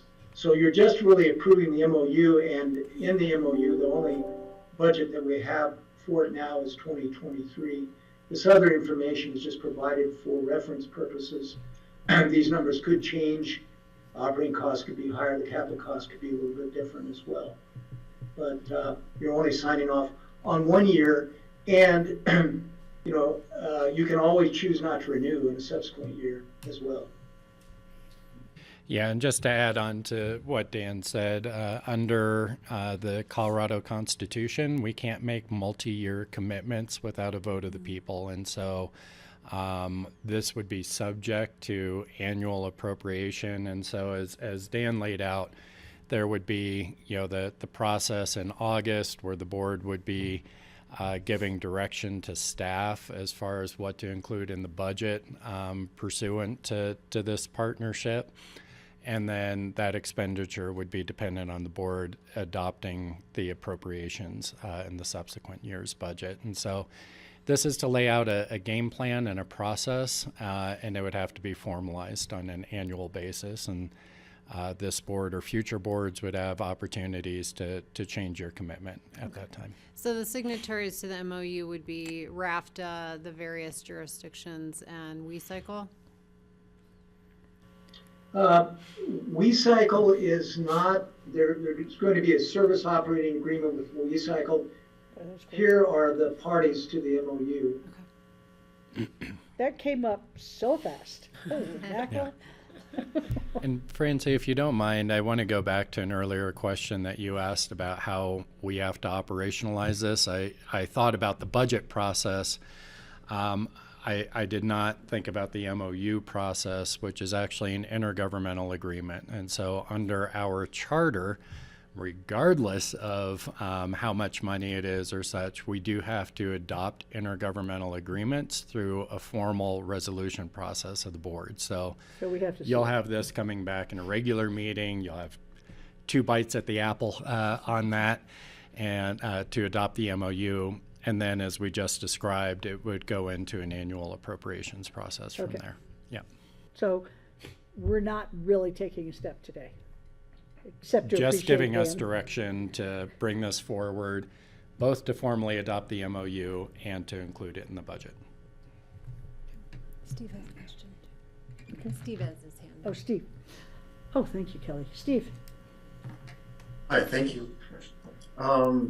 I'm totally in favor of this. I think this is a way we can contribute to having more people riding the bus into town and fewer cars driving into town. I'd rather have people ride the bus and then check out a WeCycle or walk to their destination in town, than drive their car and have to find a parking place and all of that. I think to make this the most successful, it would be important to have good walkability and good private bike parking facilities at the different park and rides up and down the valley, just to be an incentive for people. Like if they don't feel like their bike is safe, there's not a good bike rack or enough sufficient bike rack to lock their bike to, they're not going to ride their bike to the park and ride. They might drive their car there, or they might just drive their car to some other location in the valley. But I think that would be an essential part of this whole program to make it the most successful.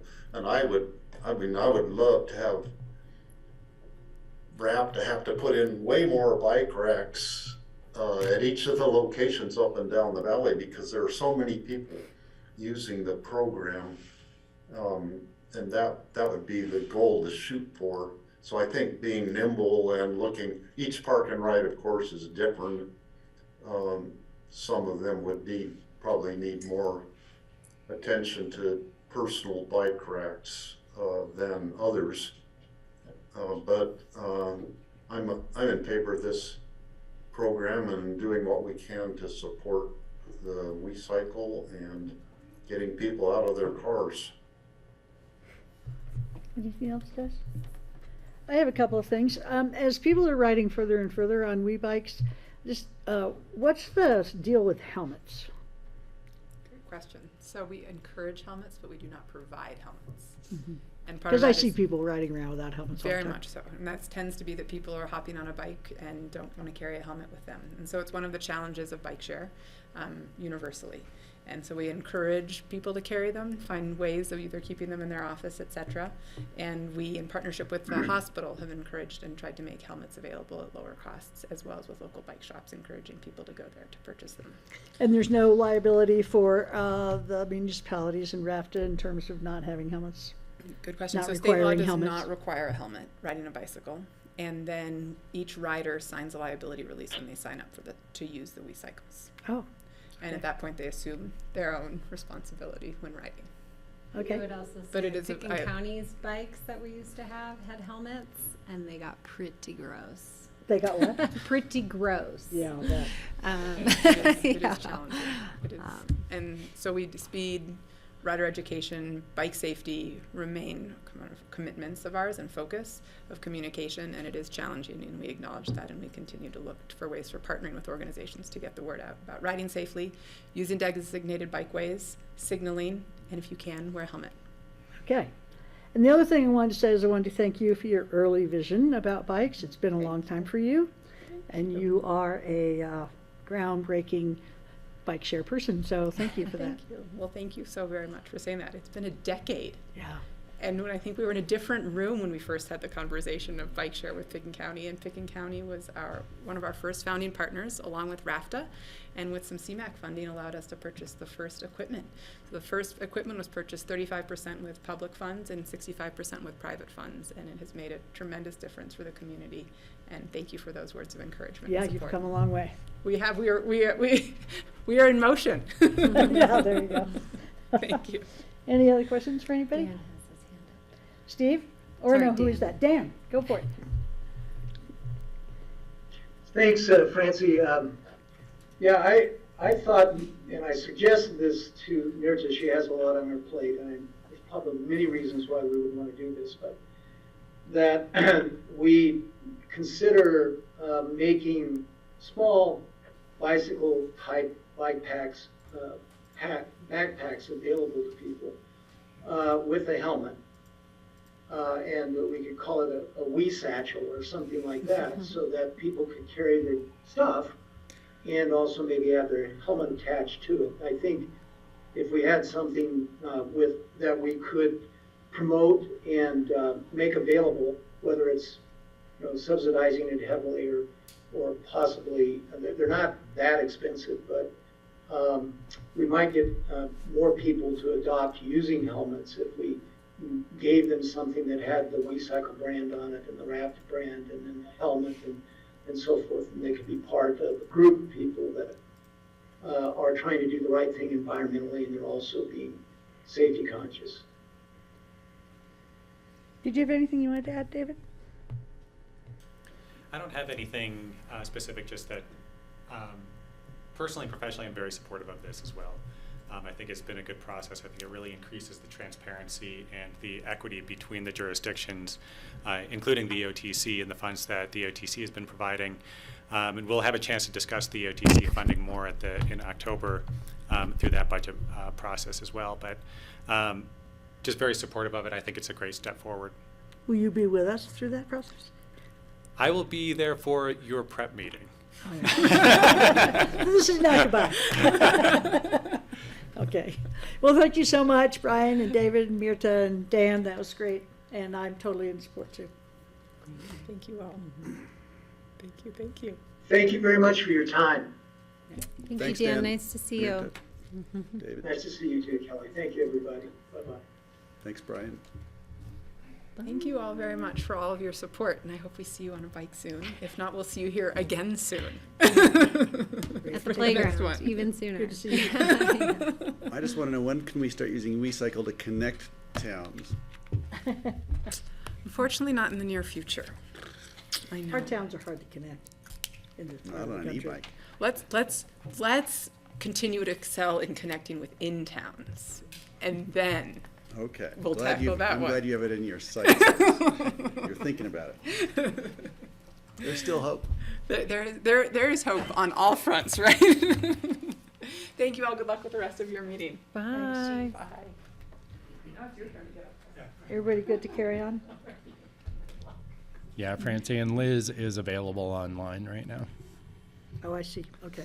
So Charlotte, we have a Board of Health interview. Tell us about that. Okay, so Liz is online, I believe. I see her name. And so we have, you all interviewed Barry Ramberg on August 16th. And so Liz is the other applicant. There are two vacancies on the board right now. And then I just received an application today, so we'll get that one scheduled as well. And then there is also a new, I believe Ann Mullins is resigning her position as well. So we'll probably keep The city will advertising. appoint her position, is that right? What's that? Will the city appoint Ann's replacement? I'll have to check on that. She is City of Aspen alternate. So. Yeah, so just under the IGA, the Aspen City Council makes basically a selection, whatever process they want to go through, and forwards the name, and we basically agreed to ratify the selections from both the Snowmass Town Council and City of Aspen councils. Okay, so. Oh, there's Liz. And who has resigned? Markey resigned, and then who else resigned? Oh, I Ann's don't still have on that the in front of me, roster. I'm sorry. Do you know, Greg? It'll come to me. You mean from the Board of Health? Yes. Jordana might be. Jordana has her hand up and may be able to answer Oh, I that. thought you said it was Jordana. Oh. Oh, my God.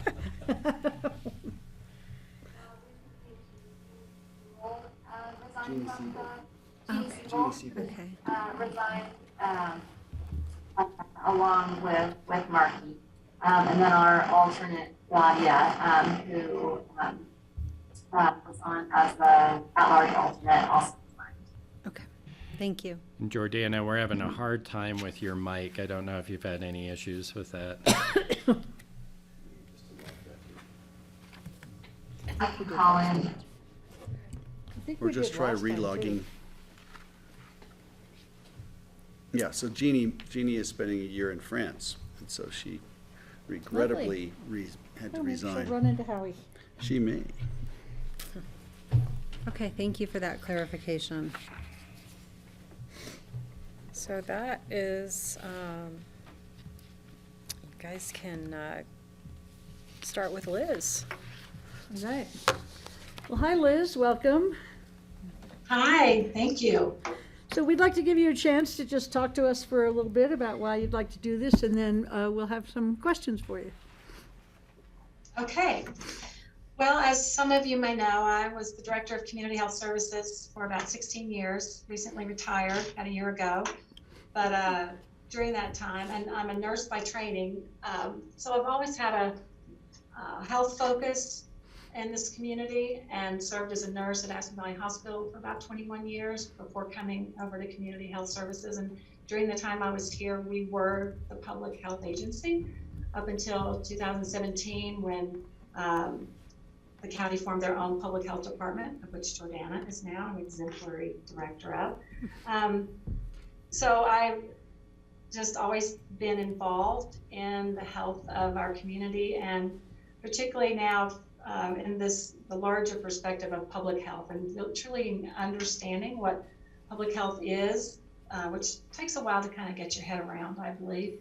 If you aren't in the biz, it's kind of hard to understand, but I believe that I can bring that expertise and knowledge of having been a part of that agency and served in the community in that capacity for all those years, and just my passion about health and this community. Great. Questions? Greg, then Kelly.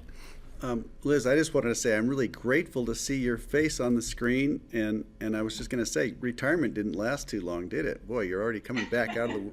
But I'm so glad that you've applied to this, and it'll be interesting. I think I'm going to say that I just think that you have such an incredible history with public health here.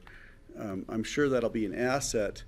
But I'm just wondering how different are things? Have you had any chats with Jordana about how things are done differently now, if they are? And do you anticipate any big changes that might be hard to you'll have a whole board to deal with instead of maybe a smaller team making decisions. Just wondering, have you contemplated what this might be like? Well, one thing that I learned in my position as Director of Community Health Services when we served as the public health agency was that there's a lot of change. Change happens every day, and that's just the name of the game. And so I'm even in community health services, things change because healthcare changes. But in public health, things changed dramatically, and they changed quickly. So even in the year that I've been away from community health services, a lot has changed in this organization. And so I would have no expectations that it would be any different moving forward. My experience is more in the clinical side of nursing services that public health provides to the community, so that's really my expertise. But I think because of the time we were serving as the public health agency, I really got the big view of public health. Change is inevitable, and it happens quickly, and things are very different for Jordana than they were for me, and that will continue. Great, thank you. If I could follow up, and just to ask, what are your plans going forward? How long do you anticipate, coming on? I think it's open-ended, really. I can't remember if we have term limits. I can't remember what they are. But is this something you think you can do in the long term, the next 6 years, say? I think so. I think Jordana told me that currently there's the terms are 5 years, which I'm here. No plans to go anywhere, and this is where my family and my life are, so yes. Great, thank you. Kelly. Thank you. Hi, Liz. Haven't seen you in a while. Nice to see you. I think the last time I saw you, we were doing a measles outbreak tabletop exercise. Can you believe that? Prior to a pandemic. So I'm wondering, what are your top priorities in public health? What would be like your top 2 issues of interest that you'd like the Board of Health to tackle? Well, I think communicable disease is at the top of everybody's list right now, and that needs to be high on the radar for the board. And also emergency preparedness. During the time I served here, I was highly interested in it. I didn't have the time to devote to it as the director that I wanted to, but I was really interested in emergency preparedness, and the role of public health in that is pretty different than you might think of in fires, and you're all pretty well educated about that already. But because there's always a combination of communicable disease work along with emergency preparedness, like there was with COVID. But those are 2 areas that I enjoy exploring and learning more about. So it might be them. Okay, thank you. Mm-hmm. Steve? Hi, Liz. It's good to see Hi, your Steve. face again. Thank you. And I too am really grateful that you've applied to be on the Board of Health. I mean, I really had similar questions and responses from the other commissioners, but I was just envisioning with monkeypox being out and about, and Legionnaire's disease raising its head in Argentina now, and other unknown possible epidemics coming our way from who knows where. What sort of strategies would you use to get, prepare our community for our next pandemic or next public health emergency? And you've kind of have responded to that already, but that's a big concern of mine. Well, I think the current board has a lot of great experience in that already. And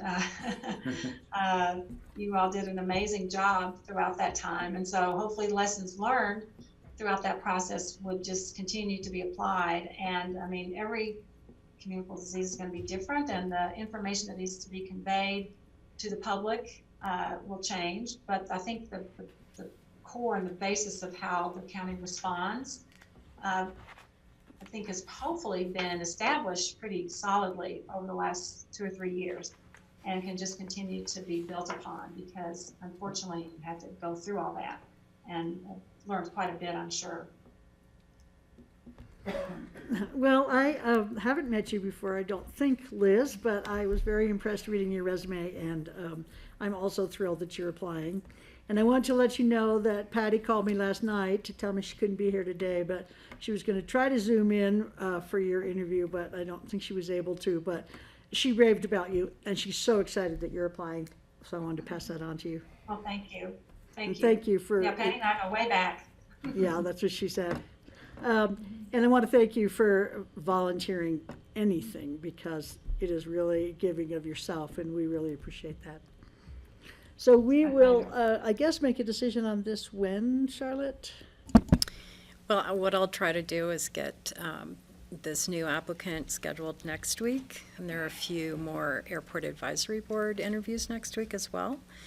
And then I have put 30 minutes time on the agenda next week to discuss all decisions. So It'll be after next week? Yes. Okay, so we'll be back in touch with you after next week, Liz, and thank you so much for your time. Thanks, Very Liz. good. And thank you. Thank you all. Good to see you. You too. Take care. Bye-bye. Okay, back to you, Charlotte. Okay, so next is Barry Vaughn, and I believe he's here in the room. He's been being very patient. No worries, I learned a lot. The USGS is busy. If this is red, does that mean the mic's on? It is. Great. So we have one alternate vacancy on the Airport Advisory Board.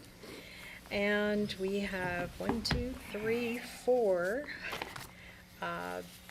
applicants today that will be interviewed. And then we have Brandon Gonzalez was supposed to be interviewed today, but he emailed me this morning and said he had some travel plans that he will be in the middle of during interview time. So I have moved him to next week.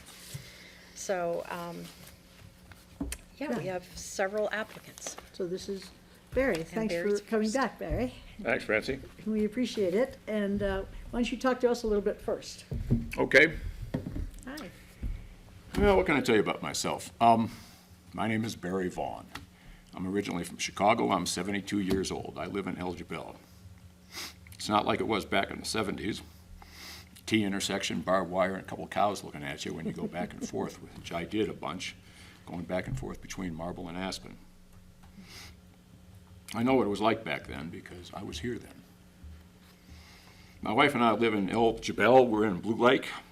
We've been there since 2017. Even though I haven't been here living during that 50-year period, I go back to this valley 50 years.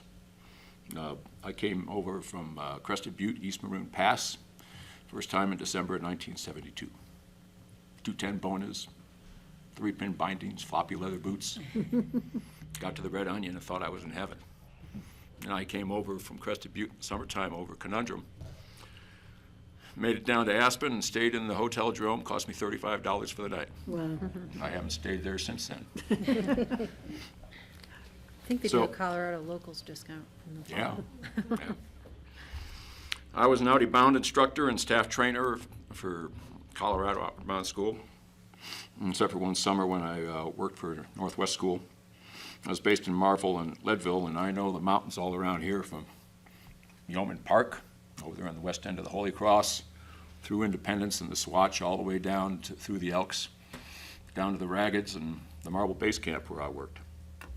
I never imagined I'd make it back to this little corner of the high country, but my wife and I are here, we hope, forever. Present employment, I'm mostly retired. I serve on the Blue Lake HOA board now. We've got a lot of work to do since the legislature changed a bunch of the laws governing how HOAs can conduct their business here in the great state of Colorado. I work, if you can call it that, for Ski Co. I have been an ambassador for a couple of years up at Snowmass, and then they, when COVID hit, they made me a doorman, AKA mask cop, where my responsibilities were mask discipline and flow control. And then when that ended, they made me an assistant manager for a while. I'm slated to come back, but as a host, where it'll be a little easier. You come up, I should be there to greet you. And unlike George, God bless him, he's a good guy, but if you show up with a brown bag lunch, I won't chase you off the patio. My resume, it's in your packets. Time in the Roaring Fork, I've just talked about that. Higher education, University of Colorado at Boulder, University of Chicago Law School, so I'm reasonably well educated. But getting down into the nitty-gritty, what's my relevant experience? What qualifies me to serve on this board? Well, I'm a former airport neighbor, not this airport, but my wife and I lived next to the Santa Monica Airport for 23 years. And we were closer to that airport, closer to that runway than any of the people who live in the North 40, just a little bit closer. I measure the distances. And so I speak airport neighbor. When they talk about fumes and noise, APUs, reverse thrust, takeoff noise, all the rest of it, go-rounds, I know what they're talking about because we lived that for 23 years, my wife and I. But I've also been on the other side of the fence because I'm an I'm an airplane pilot. I'm single engine, instrument rated, complex airplanes. I had a plane for a while. I haven't flown for a while. I sold my plane, just like with ships. The happiest day of a pilot's life is when you buy the airplane and then when you sell it. I've only got about 1,000 hours of time in the left seat, but and that's not a lot by flying standards, but that was not all $100 hamburger fair weather flying. I know what it's like to be in hazardous airspace. I know what it's like to fly in heavy weather. I know what it's like to fly in a complex airspace, hazardous airspace, heavy weather, lots of traffic, dealing with jets, dealing with fleet mixes. So I speak pilot as well as speaking airport neighbor. And I know how to read and interpret an NTBS report. Wearing those two hats served me well when I was a co-chair for the Santa Monica Airport Working Group. I helped lead those meetings. I didn't dominate them. I helped build consensus. I was the scrivener. We came up with a bunch of recommendations. We had lots of very animated, shall we say, conversations, but we came up with consensus and recommendations that made things a little better in Santa Monica. And I would hope to be able to participate in that more here. I've got 35 years of experience in and out of the courtroom as a civil litigator. The difference between a civil litigator and a trial lawyer is a civil litigator settles most of his cases, and I settled most of mine, more than 95%. I did that for 32 years, and then I was a mediator for 3 years after that. I have literally settled hundreds and hundreds, if not thousands, of cases. And the way you do that is you listen, and you compromise, and you try to reach agreement, and you build consensus. And that's the way I made my living for 35 years. I was a member of the airport working group. Here, the vision process, I was a member of the focus group. As John can tell you, and as Rich Engelhardt can tell you, we worked really hard in that group. But I also sat in on the meetings, a number of the meetings of the technical group and the airport experience group members. I talked to them. The vision committee, I sat in on all of their meetings, and I sat in on all of your meetings virtually because COVID was hitting at that point in time. So this document right here, resolution number 105-2020, I am intimately familiar with this document, with the recommendations, and how they were arrived at and what they mean. Why do I want to serve? Long story short, there's a lot of work to be done if this is going to be a successful project, the work of the Airport Advisory Board, the Citizen Advisory Board, and I think I can help. A couple of additional things that might be relevant. I was an EMT back at St. Anthony's Hospital, back in Denver, back in the day. And I've got some experience in mountain rescue, doing it, teaching it, rescue and body retrieval. So, how do I say this?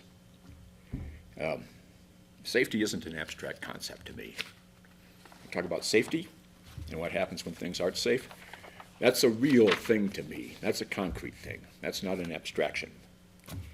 I should mention, going back to my time at Santa Monica, that some people have the idea, which has been expressed to me from time to time, that I'm sort of an aviation groupie. That anything in aviation, that's just, I'll just go with that because I'm just enamored with flying like an 8-year-old kid. And that may be true to a certain extent, but I individually, me personally, I was the one who blew the whistle on the Boeing business jet, that 737 for private use. When that first became commercially available, I was the one who lit the fire under the city of Santa Monica. And they banned that plane, in part because of my efforts. That was successful. How they did that, how they managed it, how that all worked, that's another and longer story. But I'm not just an airplane groupie. I'm also an airport neighbor groupie, if you can call it that. On the Airport Advisory Board, I'm up to speed on what they've done and what remains to be done. There have been 8 meetings plus an executive session plus the retreat. I sat in on the retreat.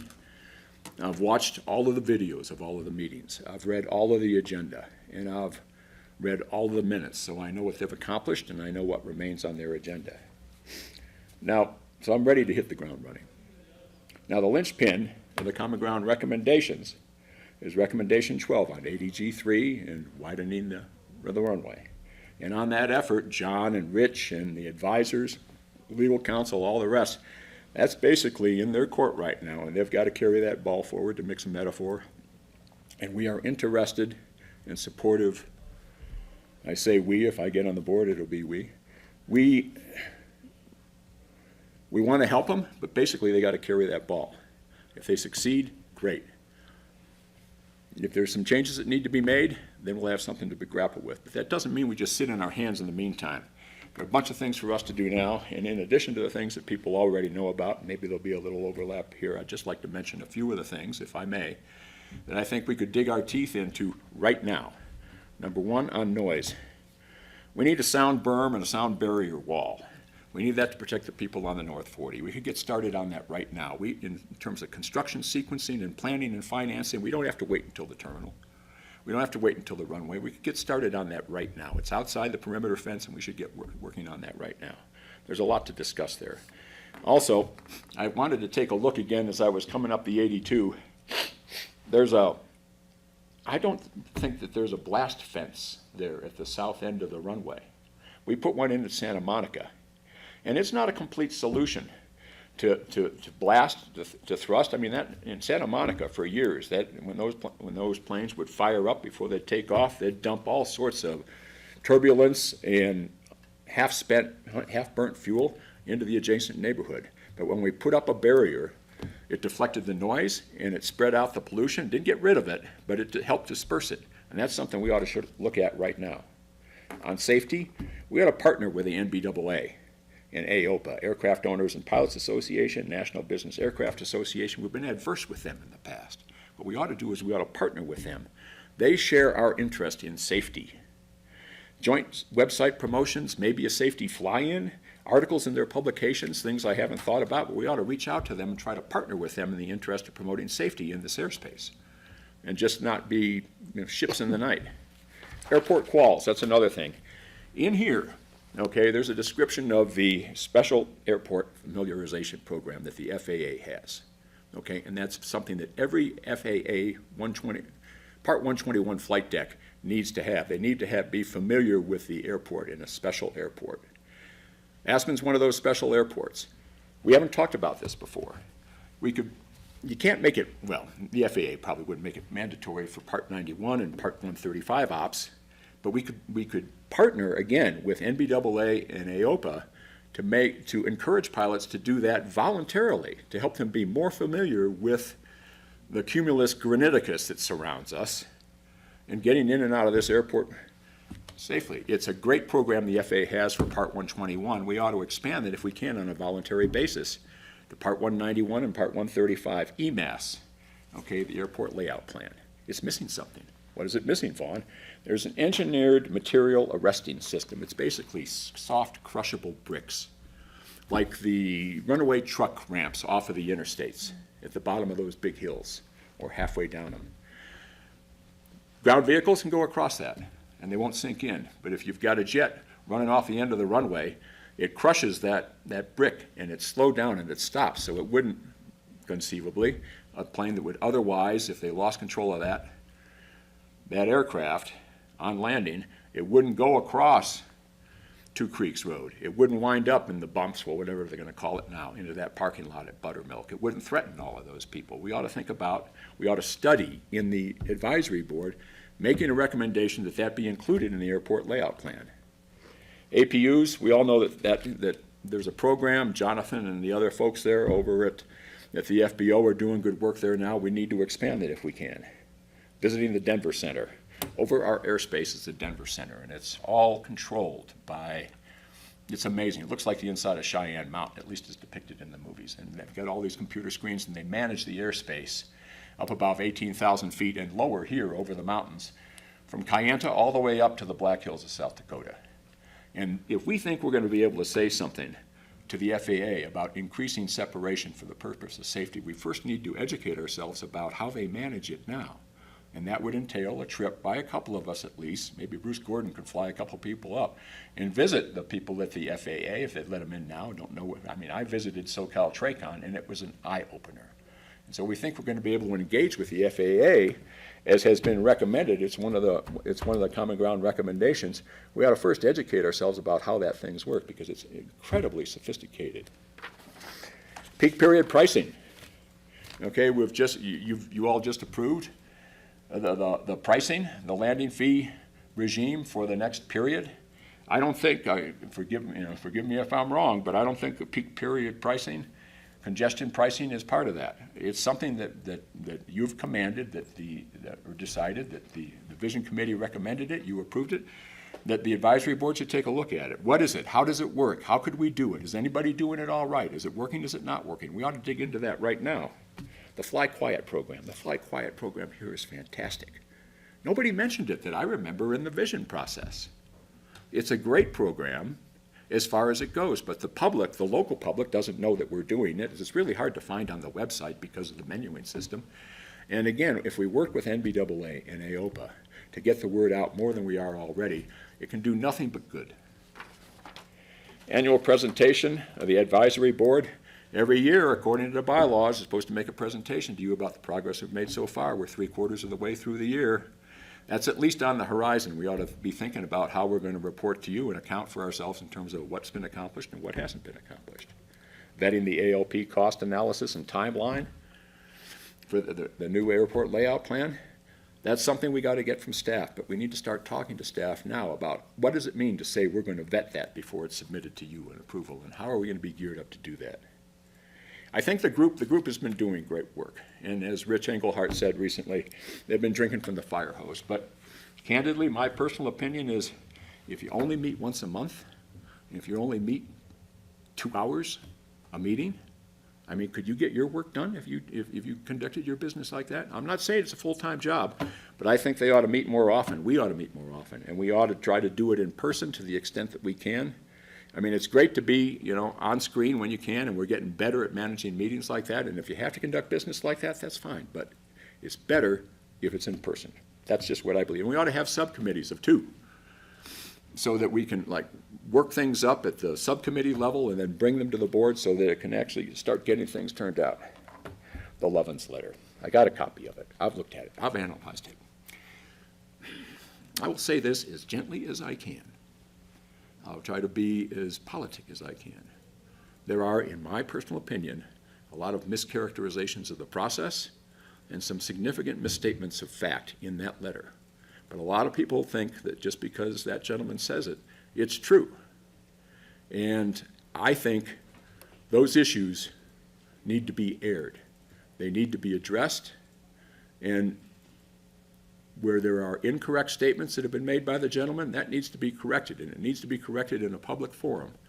Because there are people who, at the end of the day, once we go through the process with the FAA, and once staff does its work, and once the board does its work, no matter what, no matter how we get to the conclusion of going forward, if your decision is to go forward, they're going to say no. They're going to push it to a public vote, or they're going to try to do it. And so the issues that have been raised by the gentleman, who has a great following in this community, and deservedly so in other areas of expertise, they need to be aired, they need to be addressed. Where is he right, where is he wrong, and how can we move forward? And it needs to be done not in a divisive way. It needs to be done more with honey than with vinegar. And I think that's something that the advisory board should dig into. On a lighter note, I'm almost done, we should learn from other airports. Gunnison is, I think, in the process of building a new terminal. Bill Tomsich is, and they've got new nav aids down there. I don't know if that's next-gen nav aids or they've just got a better precision approach, but they're doing work down there right now. And we could probably learn from their experiences. Where did they have hiccups? Where were the bumps in the road? How did that work? How is that working now? And then how do they finance it? And then at Eagle, they've got a wonderful new 65,000 square foot terminal up there, I think. Are there things that, we're not always first. We're just not. There are other airports. Up in Jackson Hole, they've got a fantastic sustainability program up in Jackson, and they've got constraints with airspace and pollution because of the national park and because environmentalism is so important up there, just as it is in this community. We should be reaching out to and educating ourselves about what these other airports are doing, because if they've hit bumps in the road, maybe by following what they've been doing, we can avoid those bumps. And where they've done things that are really well, we can adapt them and put them to work here. Last thing I want to say is there's a lot of work to be done between now and moving forward with this process. If you decide that you'd like to have me help with it, I'm willing to serve. Thank you very much. Thank you. Thank you so much, Barry. Any questions for him? Go ahead, Kelly. Yeah, thank you. I appreciate your energy and sophistication and laying out priorities, because that's usually what I ask people. But I'm curious if you see your role as an alternate on this board any different than the primary roles to the AAB. Oh, yes. Number one, an alternate doesn't vote. But as you folks put into the bylaws, an alternate participates fully in the discussions. Now, it's true for an alternate and for any non-chairwoman participant in the process to let the agendas be set. We can make contributions and suggestions. Let the agendas be set by the chairs, by Jackie Francis, by Meg Haynes. That's how that works. So an alternate, I think, should not be quiet and passive and sitting in the corner. At the same time, an alternate, like any other member, needs to understand that the purpose, it's a group process. And anybody who thinks he knows more about the process than anybody else, or he's the smartest person in the room, you can bet he doesn't and he isn't. And I get that. So. As do I. I hope that's a good answer to your question. Thank you. We have a few more minutes. Greg, do you have any questions? Yeah, this is impressive. I really appreciate the download you gave us. It seems very thorough. I want to hear more about how you see the dynamic working with the group. As an alternate, we've discussed that. Just, you know, I want to make sure we have a wide variety of personalities and perspectives on this. So maybe I'll just frame it by saying, you know, there'll be times when you probably won't be able to fit in everything you want to say, and there'll also be times when I don't know, the need to get to consensus. So you brought it up. Just what else can you tell me about that with your history? Because you come across as a very strong individual, and I'm concerned that if, you know, just how committed are you and how much experience do you have working toward consensus? It's true that I have what's not always perhaps to be perceived as a strength of being a strong personality. I am well aware of that. I am equally aware, painfully aware sometimes, that the best thing that I can do is to listen and to try to reach common ground.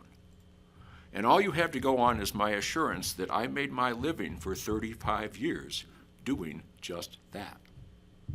Right. If I'm appointed to this board, I know I need to listen.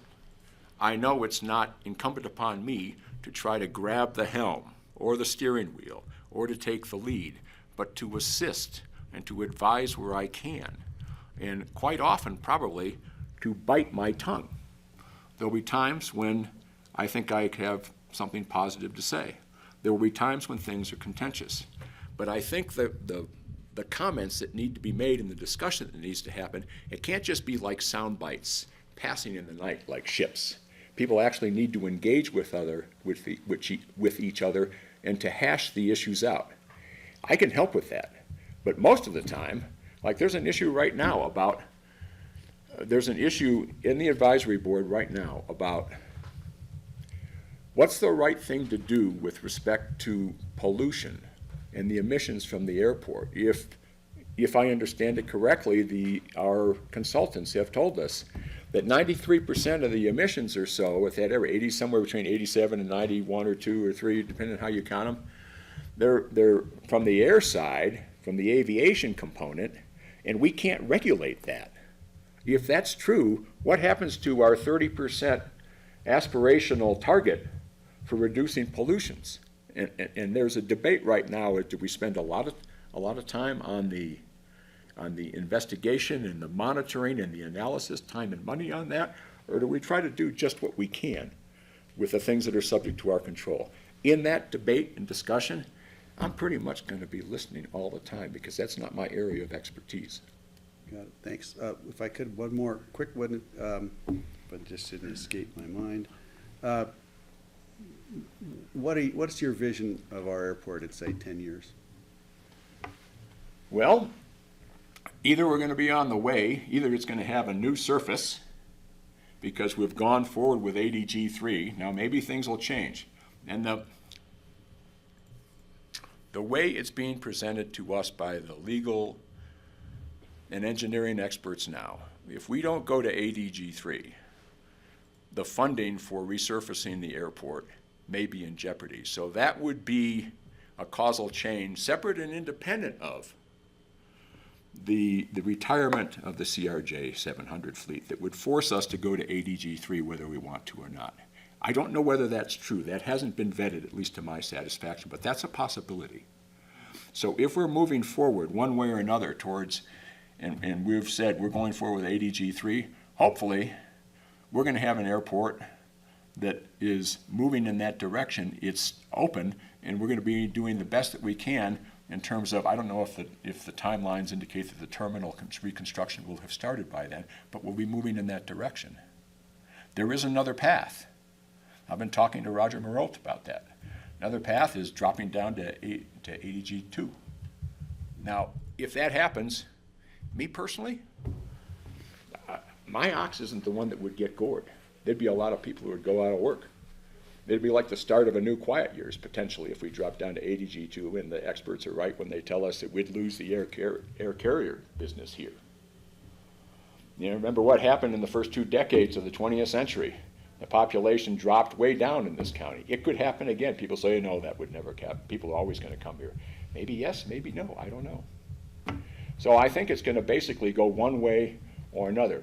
Which way? I don't know. And against my own personal selfish self-interest, I'd like to see this valley continue to thrive. And I'd like to see it prosper. I mean, there's a responsibility here, really. This body and the folks who run the city of Aspen, it's we employ people from Kevin Costner's house all the way down to Grand Junction. And if that, and I would love it if we could drop the economy 10 or 20% and drop the inflow of people. And just personally, I'd love that.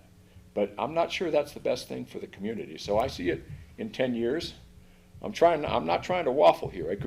We can keep going in the right direction and do what we can to preserve the values that made us all want to come here in the first place.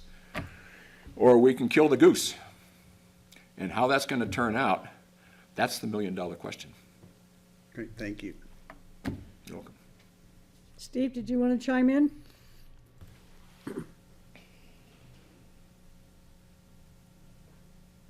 Mike? I think,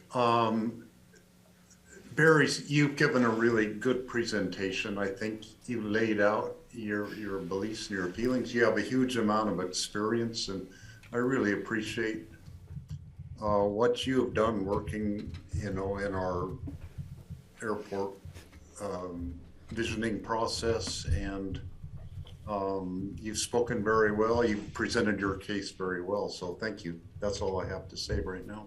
Thank you, Steve. That's what I was going to say too. Is thank you very much for that presentation. It saved us a lot of mind racking about what we're going to ask you because we don't really need to. I have one question for you though on a personal note. Yes, ma'am. Were you in Marvel before or after Joe Nold? I was there after Joe Nold. I was in the generation of Gary Templin and John Evans. I was there with Joe Nold. So I understand. Yeah. We were there I started in 72, I ended in 78. I worked with Randy Udall. Randy and I actually went to school together before that down in Prescott. All So right. that was my era. Yeah, we just missed each other there. We just missed each other. Yeah, and at CU too. So. Yep. All right, well, thanks so much, Barry, really Great to appreciate see it. you. All right. Thank you. It was very Thank you, folks. educational for me, so I Thank you. appreciate it.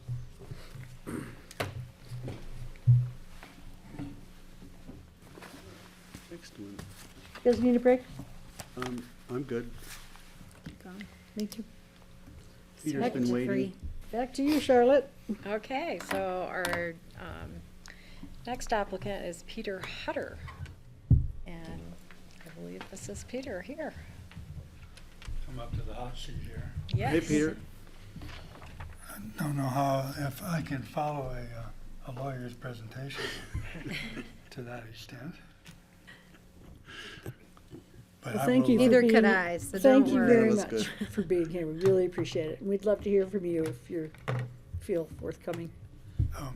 I come at this a little differently than the rules and regulations and all of that, which is kind of one set of things. But I come at it from the safety point of view.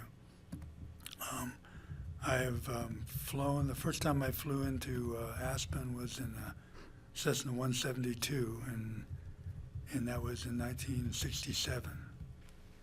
And I've flown in here since then on a regular basis. I live here in town, on the east side of town, and have had an airplane based in Aspen since 1983. And that has been my primary way of doing business, being able to fly in and out of here to do my business, which is the aerospace business.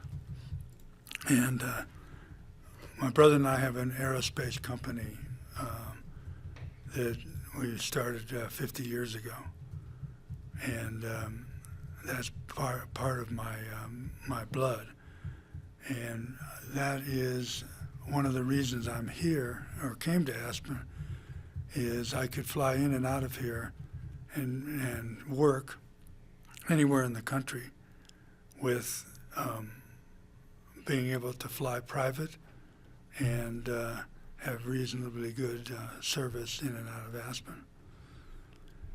I'm a mechanical engineer by training, Carnegie Mellon University. I'm also, you've probably seen in my resume that there are a lot of things on there. I don't know that I need to run through them all with you, but questions about each and any one of them I'll be happy to field.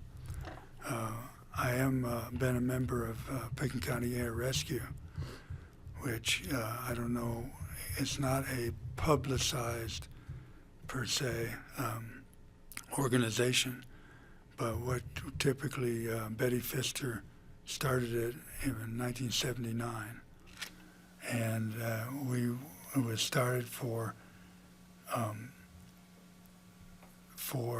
looking for airplanes that are down coming into Aspen or in the 50-mile radius of Aspen. And there were many incidents around the Aspen airport that if one goes back and looks, you'll see that there are a lot of questions about safety. Is this a safe airport? And how could the safety be done better? So our mission, besides going out and looking for downed airplanes and missing people using fixed-wing aircraft that are based here in Aspen and based around the Aspen area. We have planes in Oak Creek. We have planes in Rifle, planes in Grand Junction that we can tap into for search and rescue. I've been a member of that organization since '83, and it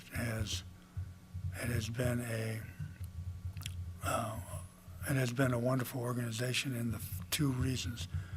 One is save lives, which we've done quite a bit with, and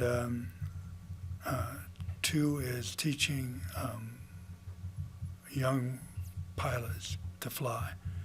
We have a scholarship program where we provide funds for a high school student to get their to work toward their private pilot's license and learn to fly in Aspen, not go somewhere else and learn to fly in Omaha, but fly here in Aspen in the mountains and become familiar with the requirements of flying here.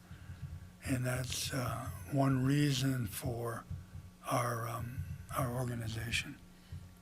And that's been very successful. We've had quite a few people graduate from our program and go on to fly for the airlines and fly in and out of here as well, flying on a line job for the airlines. So that's been a chunk that I'm very proud of having been a participant of. It is not something that is publicized very much, and we'd like to keep it that way. We provide, we have over the years provided mountain flying kits for safety and how do you get in here and how do you how do you guide your airplane, and you fly below a certain level and they're no longer on radar, and are you juggling with radar and weather and those kinds of things. That's been something that it's been very important. And it's been very important that this airport stay alive and stay well. There have been times in the past where it looked like the airport was going to be cut back, sent away, downgraded, so to speak. And what is important also for me being in the aerospace business is what's coming next. And that's probably the biggest reason I can provide for the advisory committee. There are electric airplanes. There are electric planes that lift an airplane up to a certain elevation and then release it and let it go on to the long distance flight. And when one comes in, this airplane grabs it and puts it back on the ground. These are some of the things that are coming along that will make our airport a lot more usable and a lot more friendly. As far as noise, there's been a lot of talk about noise and how we can't administer I would say noise regulations because for some reason, I don't know what those reasons are, but I know in Long Beach, if you take off from Long Beach on a certain runway and you go over the decibel level, you get a ticket. Very simple. You get a ticket, and it's not cheap. There are a number of airports that work that way. That may be a solution to our airport here in Aspen. And another thing along those lines is the rules and regulations and how they're set and how they're enforced. And that's something that would be interesting to look into as far as the advisory committee. Now, the thing that's really exciting is what's in the farther out future that we should plan for as an advisory committee, as a board, and as a community. And it's the mobility, air mobility, and moving people around in efficient ways, quiet, and maybe not burning kerosene. Leaving Aspen charged up on solar and charged up on hydro and other means.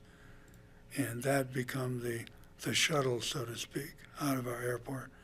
There's some opportunities in the future as to how that is. So that's something that that I could help a great deal with on the board. I am not on the side of the regulations, and this is what this is what's going on now with the FAA and the NTSB. But on the side of safety, I'm concerned about why we're losing a jet plane off of our runway once a week for this past summer. That's concerning. Why are they going off the runway? And we need to find out in the immediate term, what are the problems there? And why are they,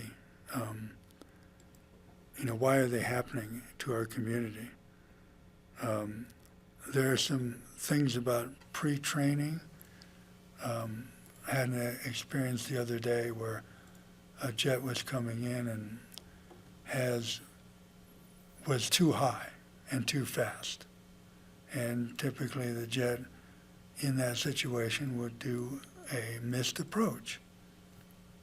There's a beautiful published missed approach in Aspen that works just fine. You make this right-hand turn, you intercept a radio off of a radio beacon, and you fly it outbound to a certain position, and you line up to try it again. That's great.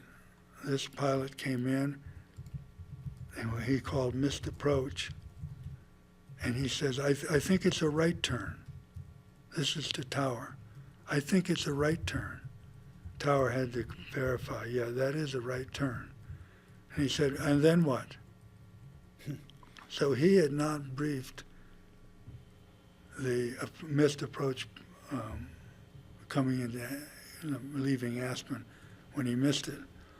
And that's kind of one set of problems. The other problem is the crash of the Gulfstream out here that hit the fence, and having the patron, I'll call him patron of the flight, standing in the cockpit, ordering the pilots, I'm getting into Aspen because I have a party. We're going to make it into Aspen. And that cost a lot of lives.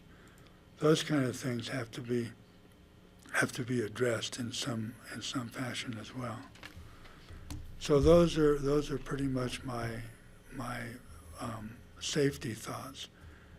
One of the bonanza that we lost last summer was a terrible thing to have happen, and there was no reason for it. And they, even though they had fairly good mountain flying smarts, they blew the leaving Aspen. They took off in a plane that was not familiar to them. They made a few orbits, gaining altitude, and they headed for to fly over to Denver. And they got into the typical canyon, got too low, too slow, with not enough power in the airplane because of how hot it was. They tried to turn around too late, and they lost control of the airplane. And there's no reason for that. And any way that the airport can promote mountain flying is great, and that's one reason for our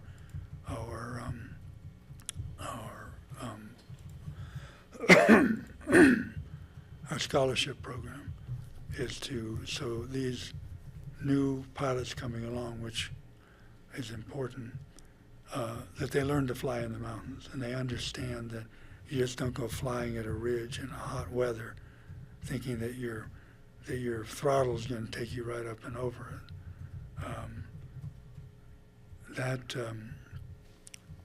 That's one of the reasons for that program, and I'm very proud of that.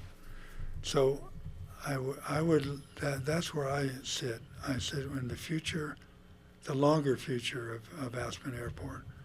I've lived here for 50 years and love the place and don't want to see it go down the tube, so to speak. But Barry brought up an interesting comment about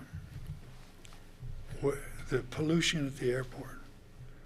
I happen to have a silver a polished aluminum airplane at the airport.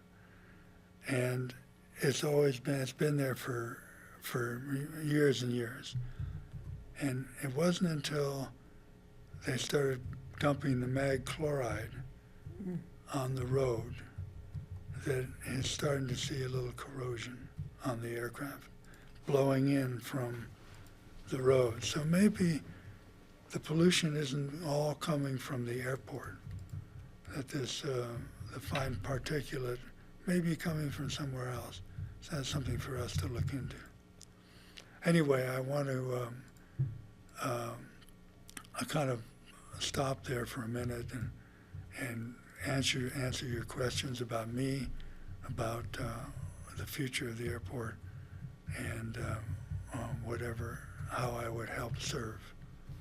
So. All right, well, thank you so much, Peter. You're Greg? welcome. Greg? Oh, sorry, I beat you out again. Sorry.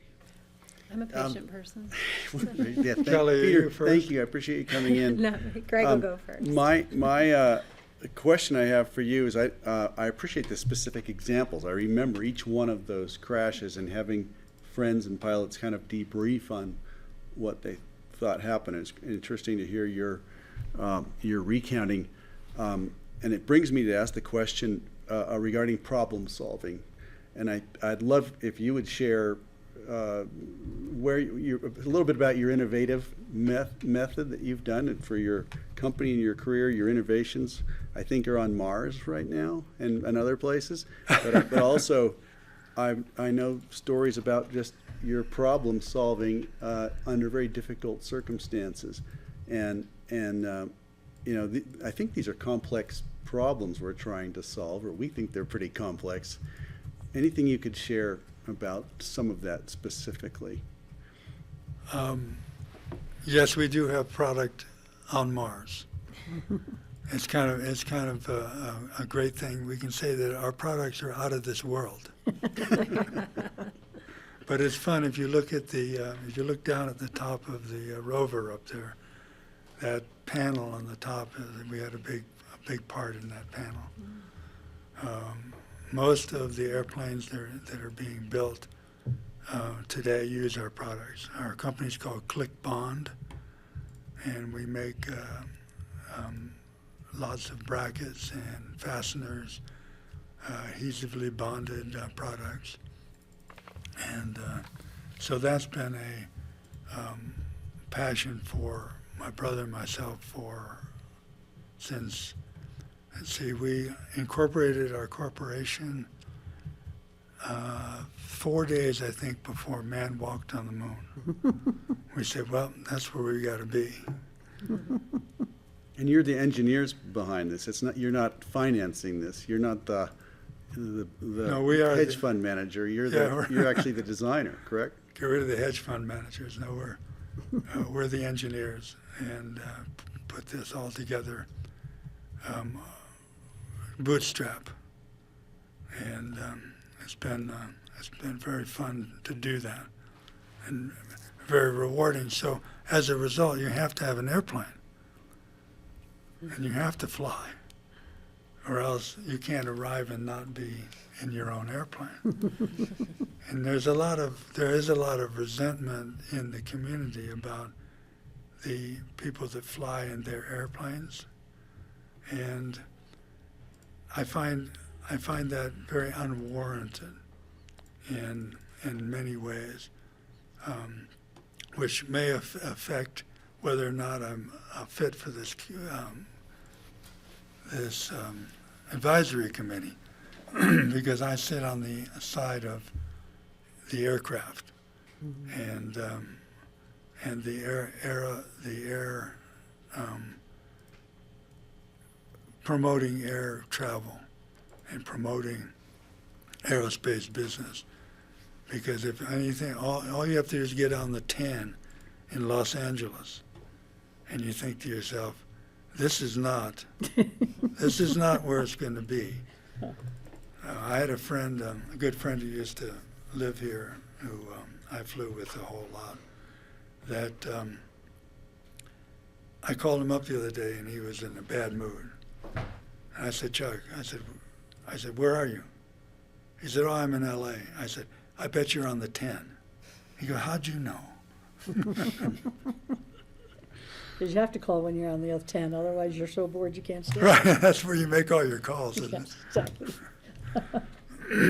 How people feel about the S curve. Steve? I have a question too.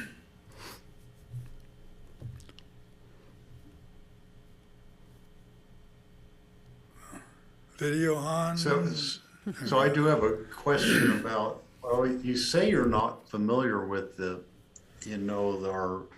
common ground recommendations, but you would be familiar with design standards for runways.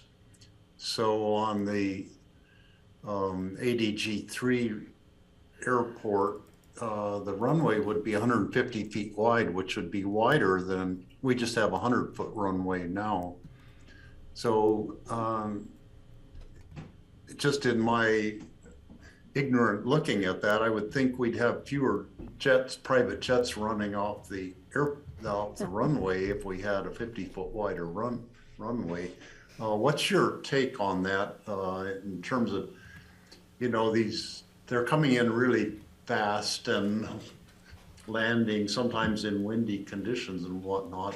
Do you think that the wider runway is going to help us in terms of safety on the landings?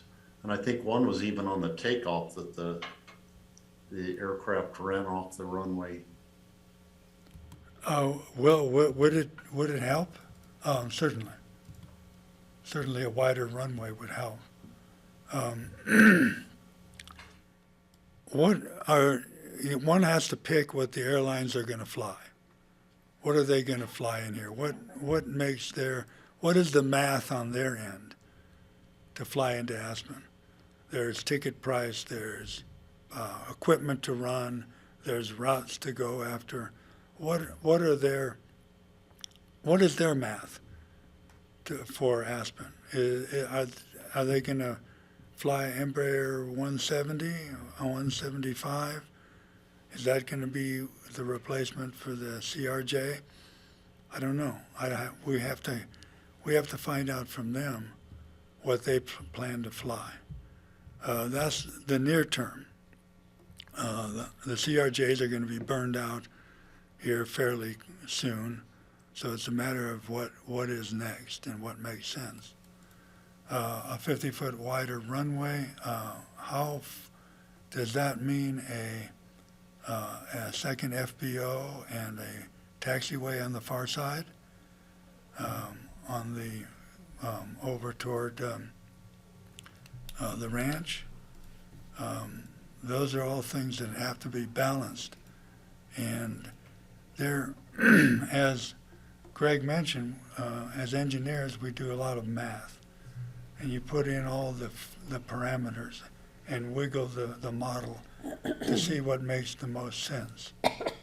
And time is in there, money is in there, growth in our community is in there, the equipment that's going to be flying is in there. And all that math has to be put together to make the right decision. And it's so easy to make the wrong one.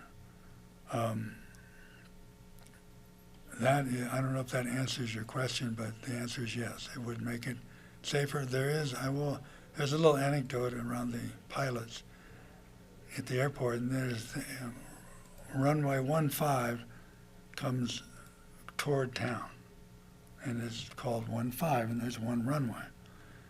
And in big airports, they might have a runway that's the left and runway that's 15 left and 15 right. And we have what we joke about at the airport, which isn't funny in one way, is we have a 15 right. And we've had several airplanes land in the snow to the right of the 15 runway and slide along and come back up onto the runway, and maybe sometimes not come back on the runway. So they're making it wider. It would play to that, but also making it more obvious. This is the runway. You don't want to land out there in the snow. This is where you want to land. Excuse me. Well, thank you, Peter. Sorry, Unfortunately, we're, okay, yeah, we are sorry, just quick. 15 minutes behind, so. Is that okay? Okay. Go ahead. I just am curious because when you talk about future thinking in your visioning for the airport, what is your time horizon of the future? What is your time horizon of the future? I mean, what do I think it's going to be? Or, Yeah, when you talk about, when you think about what could be coming for our airport, you know, how far into the future do you look? well, there's the near future, and that is, you know, are the airlines going to fly the Embraer in here? Or are they going to fly a different plane? Are they going to go back to the B-146? What are they going to do? That's near term.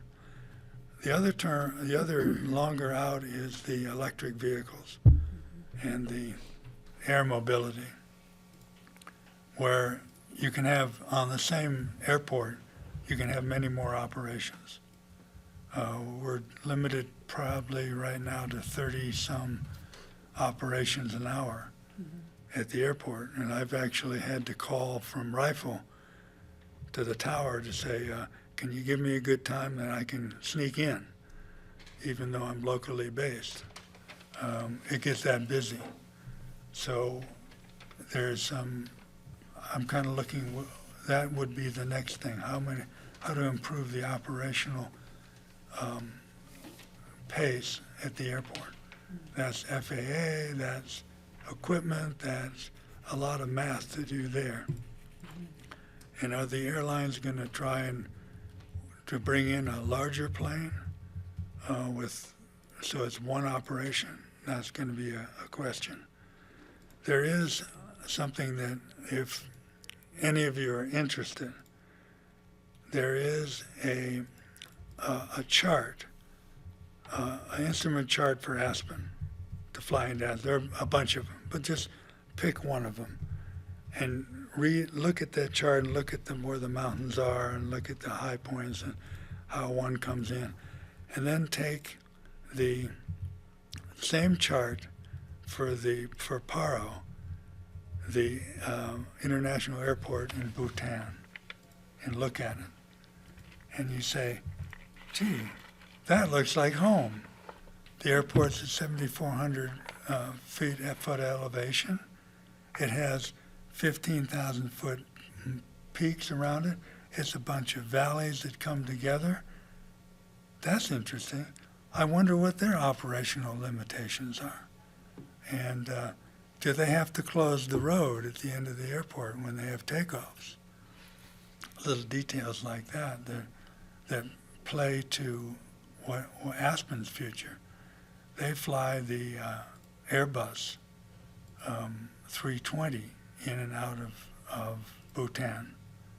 So that is something that certainly maybe not advisory here, but is an operational consideration that the airlines might be looking at.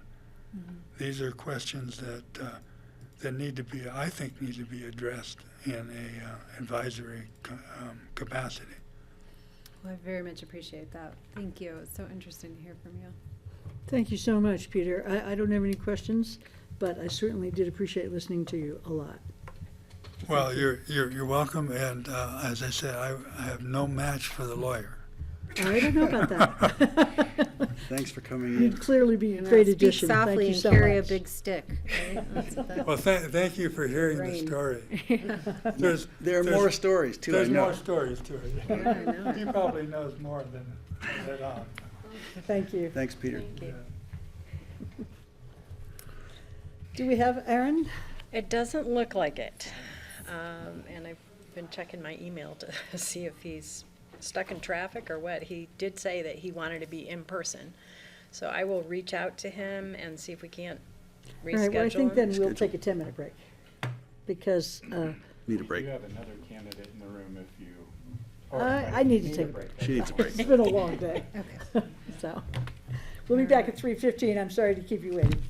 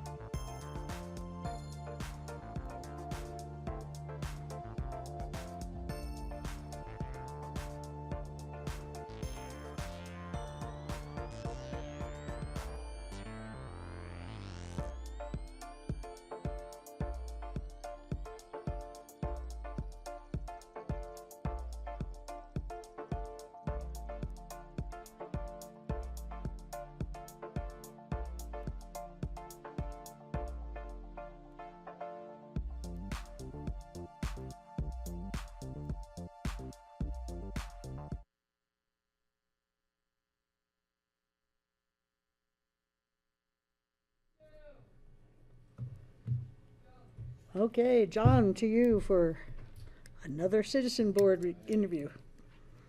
So, do not believe, do we have Peter? Yeah, we just did Peter. Aaron Anderson for the Airport Advisory Board. He is he here now? No, he's not here. Charlotte's trying to get a hold of him. Okay.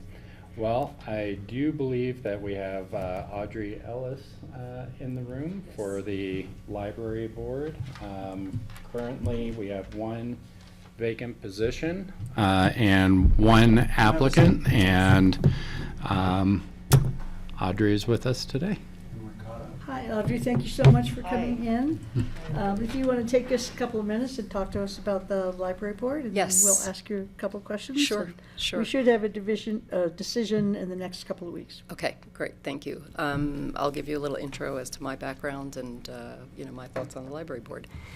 So my name is Audrey Ellis, and thanks for inviting me today and taking time to review the application. I appreciate it. I have lived in Aspen for 23 years with my husband and 2 daughters who graduated from the Aspen School District and are now in college. And I'm an office manager with a local real estate investment company for the last 18 years.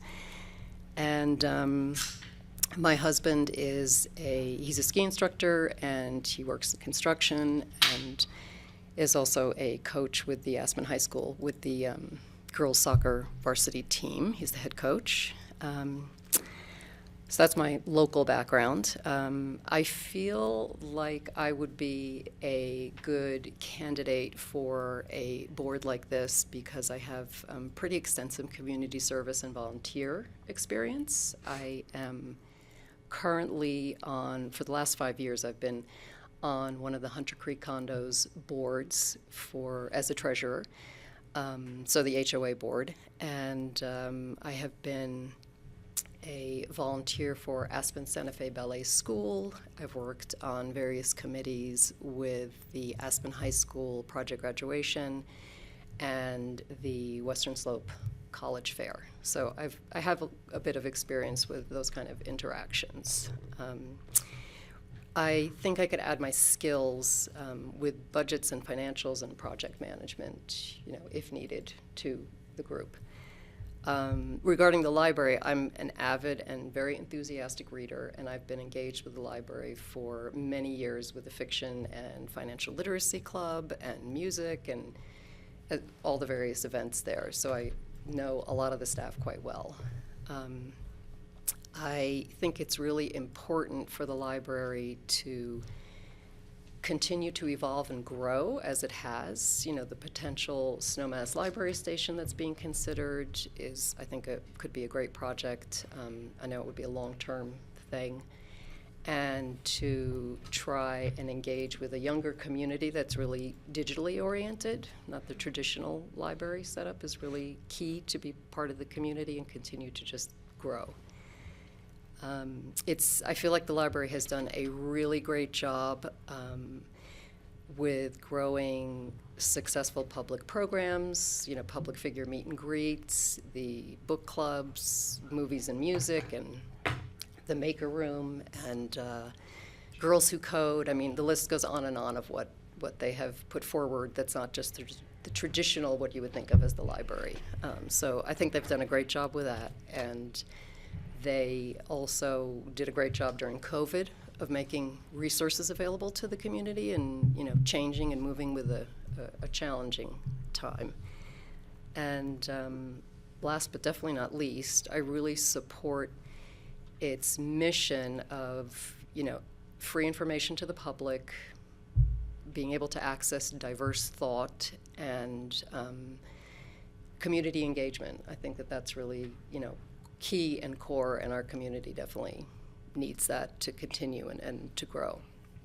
I attended the last board meeting just to get to know everybody and meet the board, and I feel like it would be a good fit. So I hope I can add my time and skills to that board. And thank you guys for your time. Well, thank you. Any questions? Kelly? I always ask this of library applicants. What is your favorite collection at the library? Well, I love the mysteries. That is my favorite. Okay. I have to say that is where I go, and then I always try and then read some nonfiction because I can very easily get into that kind of fun stuff. You know? Okay. True crime type stuff? Yeah. Not really true crime. It's Okay. more like, the Brit mysteries I love. Those are like probably the favorites. Okay. All right, thank you. I just finished The Girl in Cabin 10. Oh, okay. I'm reading just now. I'm reading the It Girl, her other novels. Oh, really? That's a good one. Well, it was given to me by my sister as a hand-me-down, and I don't usually choose things that are scary, but it Right. gripped me for sure. Right. Yeah, no, it's good stuff. Greg, did you have some questions? Yeah, I'm just thinking about what have I been hearing or thinking about with library boards, because occasionally we get people coming in as people move around, and in the news, what I hear about is how they seem to be getting radicalized around the country, and you hear about library boards that are demanding that popular books are banned, and I'm just wondering what's your take on all that? I really feel strongly that is not a good direction to go in.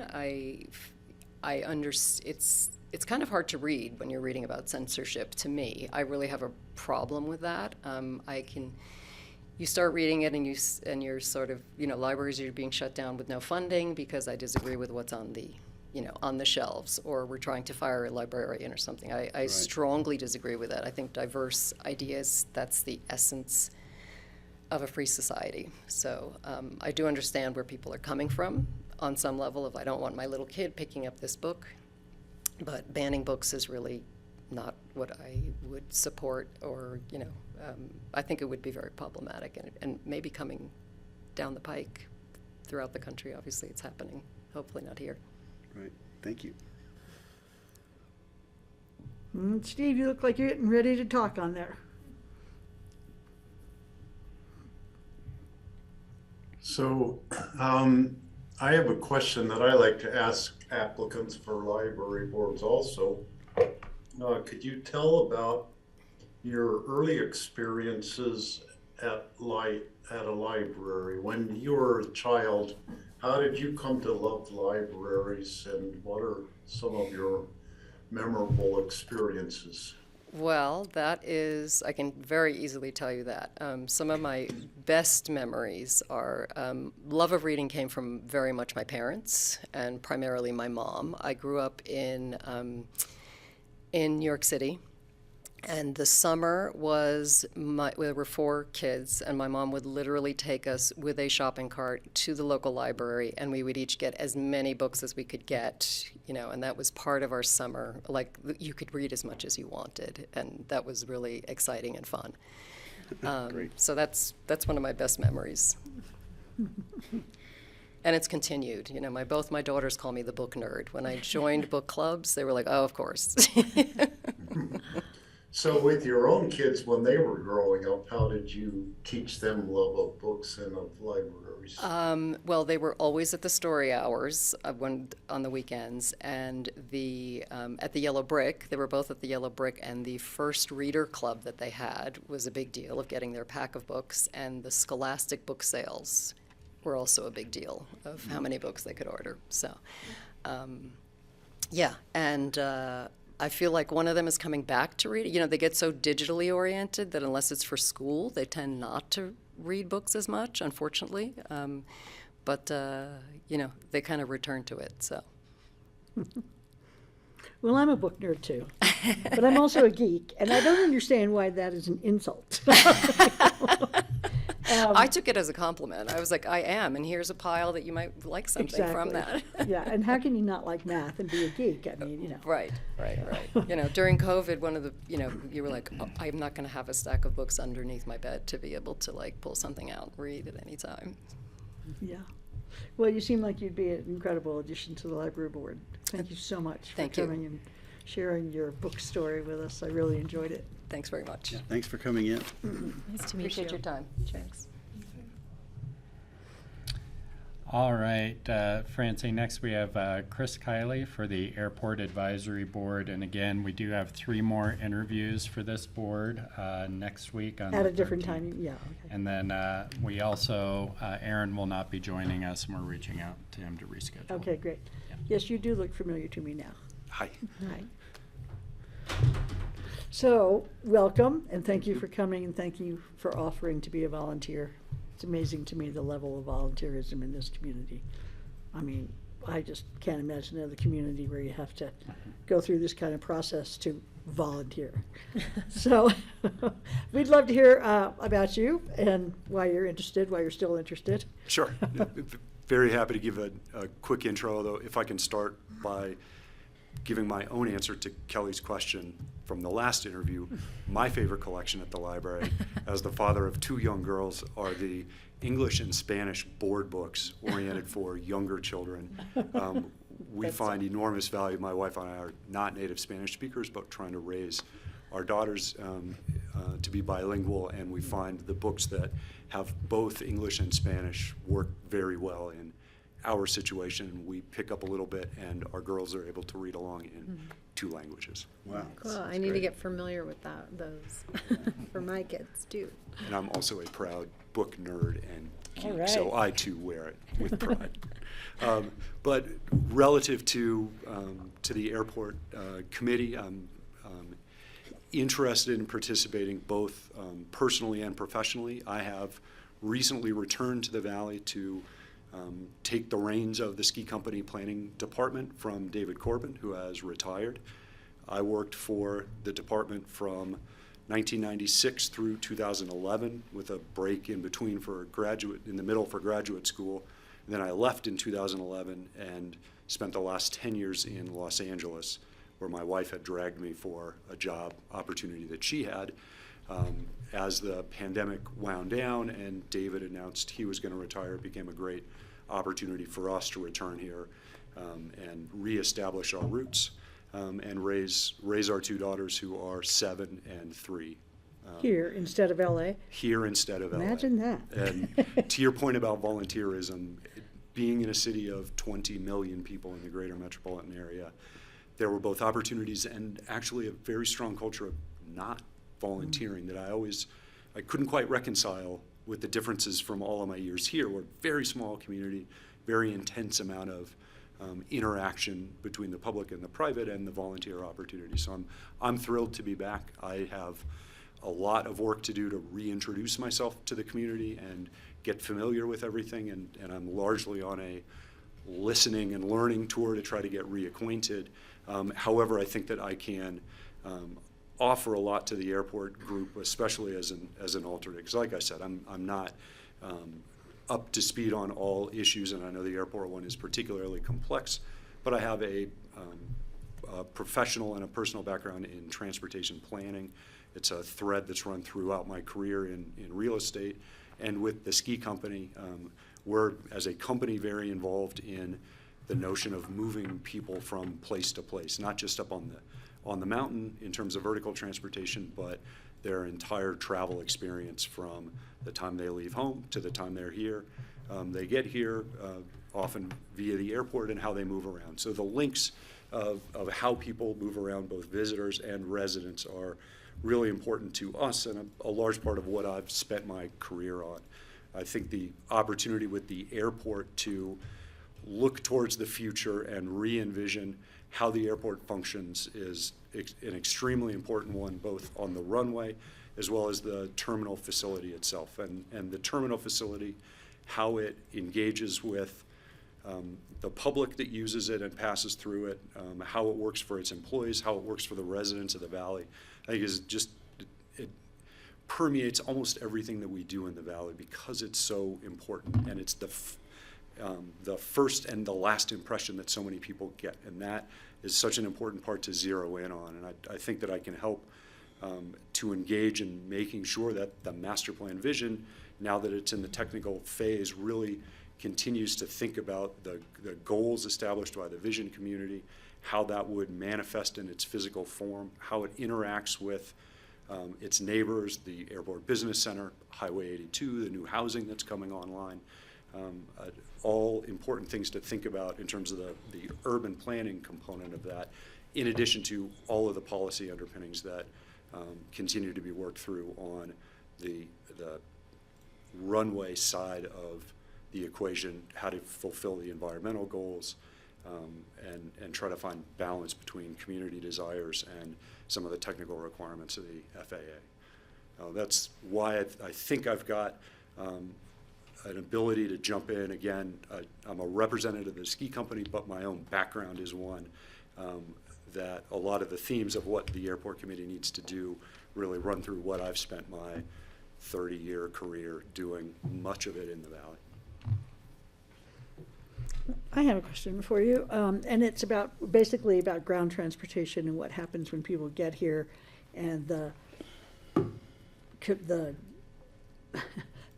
the mass of cars that go to Snowmass after they arrive here and into town. And because I think it would be great to have somebody on the committee whose focus is more about getting people from the airport skiing and hotel and everything without cars, without renting cars.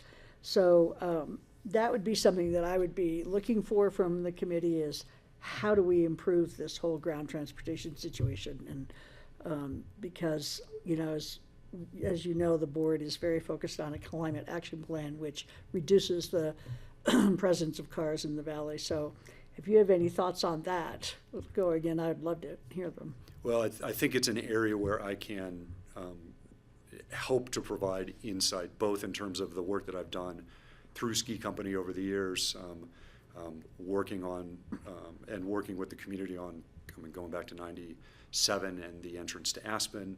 We also spent a lot of time looking at links connections between Aspen and Snowmass and the airport and how to improve on that. So there's still a lot of work to be done, but I've got a good background in that. And I agree, there have to be strategies, not only for environmental carbon reduction goals, but just for the quality of life, to figure out how to move people back and forth without being reliant on the automobile. Even high occupancy vehicles no longer, I think, are enough to satisfy that. And it requires some innovation and some thinking different. And stepping back just a little bit, another thing that I've been able to bring forward as I've been back for about 8 months now is I now have 10 years of outside experience in different communities, and admittedly an enormous city, but also in the course of my work working in other communities as well. So I've got outside perspective, maybe not answers, but I've got outside perspective that I can help lend to that. We're not the only community that's struggling with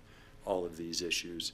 I don't know that anybody's solved it, but I think that there are solutions that can be looked to and brought forward to see how they may be applicable here, and certainly on the ground transportation front. Great, thank you so much. Anybody else? Sure, I'll go. Hey, Chris, nice to see you. Hope you're settling in well. Yeah, Mayor, thank you. I'm wondering, there will be people who will criticize your application and say that SKICO has a financial interest and a conflict of interest and is only geared towards bigger airport, more capacity, more, operations. And I want to give you the opportunity to reply to that. And a person on the board. Pardon? And SKICO already has a person on the board. Well, fortunately, I'm not tasked with assembling the composition of the board. I wish you the best in finding that right combination. As far as the ski company's position on the airport and growth, I believe that we're already on record, and I'm recommitting that we're not looking to the airport as a vehicle for growth. Our interest is in making the airport and the current number of employments more efficient, more sustainable, and able to operate and provide a better customer and guest experience on into the future, because it's really tapped out now. Mm-hmm. And then I'm wondering, I know I personally have sort of felt like sometimes the private air traffic is a bit of a black hole of data, and I don't know if that is a space where SKICO collects information that could provide more information in this realm for decision making about the airport. It's a good question. To be honest, I don't have insight into that. That's something I can look at to see what kind of data that we have. as the airport does, we spend a lot of time with Bill. Right. And, he's really all things. Just connecting how airport for us. your visitors are actually getting here and arriving here would be interesting to know. Yeah. Anything else? I think I was going to ask a similar question that Kelly asked. I really appreciate you applying, coming in, and you've got looks like a really great skill set to lend to something like this, and I think that the questions I'd want to ask would be about getting to and from the airport, and how can we plan the future. And so I guess give us an idea of what you would envision this airport might look like in 10 or 20 years. Well, continuing on the theme of kind of once somebody is at the airport, what does it look like? I think the facilities, the program is generally well defined, and so now it needs to be put into a physical form. And I know that there are site plans that will continue to evolve. I am enormously interested in tackling the ground transportation piece, and it goes so much beyond the airport specifically, but that's such a big surge that can go through it when you have deplanements and a group of people that are dispersing in different directions in these kind of concentrated periods. How can one more effectively do that? Because it doesn't necessarily line up with the way that RAFTA operates today. It does lend itself to go and rent a car and drive yourself to wherever you're going to go, but that has overwhelmed the system for years and years. In other communities, increasingly, Uber and Lyft are taking over and supplementing taxis, but I think that they have issues as well. They're creating as many problems as they might be solving. So is there some kind of a hybrid to that? Lower capacity, mass transit, perhaps, increasing hotel shuttles or consolidating shuttles so that you have, not just each hotel in Snowmass running a bus back and forth, but perhaps 2 or 3 that are combined. I think that there are different combinations and permutations of that. Also ways that you can more effectively deal with people's luggage, so that perhaps that doesn't accompany them every step of the way, but instead is handled via something different, so that you're taking that burden off of the space that any individual passenger is consuming. You can find more efficiencies that way. I think it'll be something different, and likely it's a hybrid of multiple different strategies. And I think one of the themes that feels like it's a really important part of the Aspen Airport master planning process is, if not implementing new technologies today, setting the stage to be able to receive them and apply them when they come. And I think that same approach that's been discussed for airplane technology should also be applied in terms of how we're thinking about the ground transportation component of getting people to and from there. Even if we don't have the answer today, how do we set the stage to be able to receive that and implement it over the next 10 to 20 years? Thank you. I really appreciate that answer. I was going to ask also, just regarding development of the terminal. We have. I think a lot of people have an idea of what it means to be here, or to be from Aspen, or Pitkin County. What is the vibe and the culture like, and the ambiance, and what's the experience to have, and how should a terminal plan reflect that?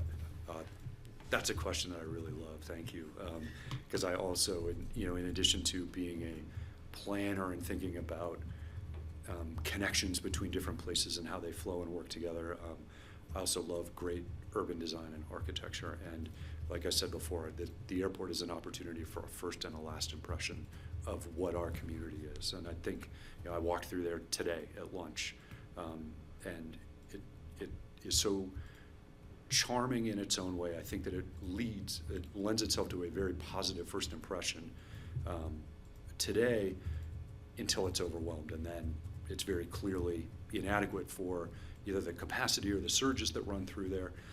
But I don't think it's necessarily a matter of scaling it up and being bigger. I think that thoughtful design and layout and really sensitive architecture can help to make that first impression without just being twice as big and grandiose like LAX, my former local airport. They deal with more demand by growing, physically growing, and I think that there are other smarter ways to do it. And out of necessity, we'll do it here because we're space constrained. But I also think that the impression that that then lands with good, thoughtful design can help to set the stage for somebody's Aspen visit or Aspen experience. Right. Thank you. If I could ask one more, it's just, Yeah, go ahead. do you think it's necessary to grow in order to thrive? I'm sure this You mean question, in a community? in it. Well, say I'm just wondering what, from a ski company perspective, or personally as a planner, is growth necessary in order to have a thriving,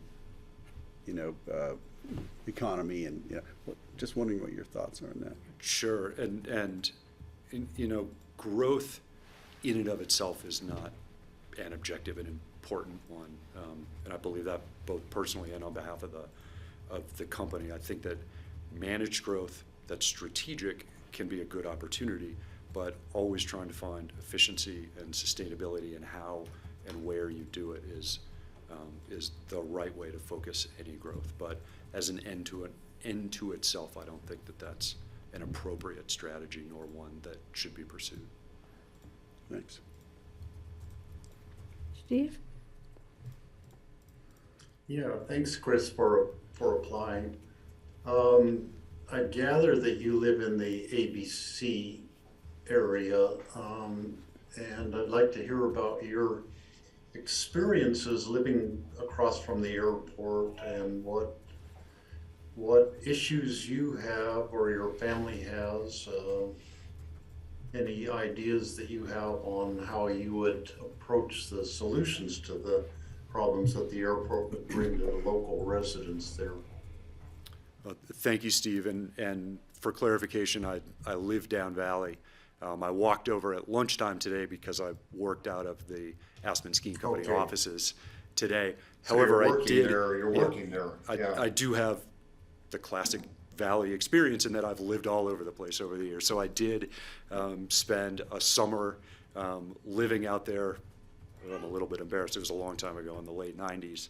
So it was a very different world there. And however, to your question, one thing that really struck me as different and substantially better from my previous tenure in Aspen was that I was able to walk through the underpass to get to the airport. And I've now traveled a couple of times and been dropped off or worked out of the offices, the ski company offices at the ABC, and then walked over to the airport with my bag and traveled back and forth that way. And I know that that was an enormously difficult undertaking to get that underpass in, but it has made a really significant difference, I think, in terms of how one gets back and forth from a pedestrian standpoint, as well as, I think, easing back just a little bit of pressure on the airport roadway network as well. Anybody that's able to walk gets a car off of the road or makes another seat available on the bus.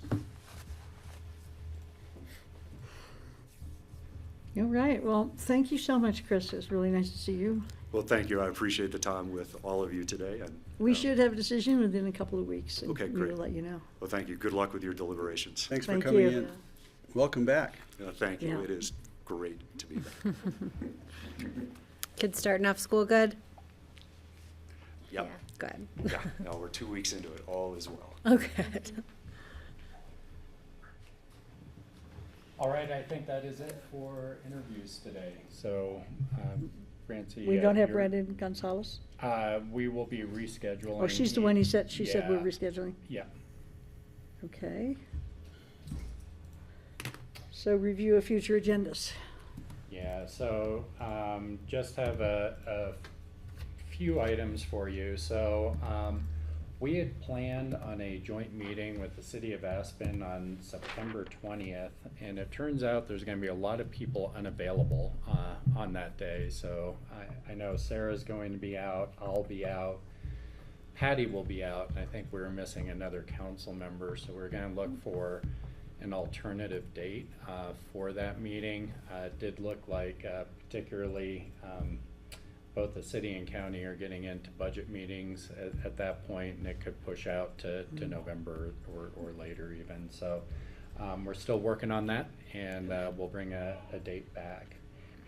Also, just want to let you know, and Kelly, I think you brought this up at the last meeting, we are trying to find a time at the end of the month here, probably around the 27th, to bring back the childcare recommendations and ARPA funding. So still trying to find that time slot, but that's what we're targeting there. We typically annually have a update meeting with representatives from the ski company going into the winter season. We haven't done that the past couple of years for COVID reasons and whatnot, but we're looking to get back into that schedule. So we'll be looking to bring them in to do an update later this fall going into the winter season. So still looking for a date on that. And then I think, as we've probably said a couple times now, we've got 3 airport advisory board interviews on the 13th, and then we'll schedule an extra, we're planning on an extra 30 minutes so that the board can give us direction on appointment on all of the interviews that you've done to date on the 13th. So may want to keep that in mind if you want to go back and review things. And Okay. that's all I have on future agendas. I have a question about future agendas. We do have a day for Redstone, is that correct? Yes. September 27th, right? 19th is, looks like on that Monday is the the- 19th, we're doing turnabout. Oh, sorry, the 20th is. Yeah, sorry, my I'll see. my PDF is Patty all won't be blank. there? It's not coming up here to look. Oh, no. Let's see. Wrong calendar. Sorry, the 27th is what's on our future agendas right now. And so next, okay, yeah, so the 19th is turnabout, but we're not going up to Redstone. Yeah, Redstone, the 27th. Yeah, on the 4 to 6. 27th, and that yeah, part of that is just the facilities availability. I believe we'll be doing it in the Redstone Chapel, the church. Oh, we will? down there. Yeah. Yay. And we'll be recording it. We don't have the ability to live stream from there. Okay. And that is during the AIMF conference. Do we know about our participation in that? We're going to need to bring that, we may want to bring that back to discuss with all of you. I know we've got some seats available because of our sponsorship. Yeah. So we don't know yet what that looks like. I thought it was 3, but I might be confusing it with the one in Breckenridge. But we don't have the schedule necessarily No, yet or anything. I don't Okay. have the schedule in front of me, yeah. And then I also wanted to talk about the Breckenridge, the 2030. Kelly, do you have a decision on that yet?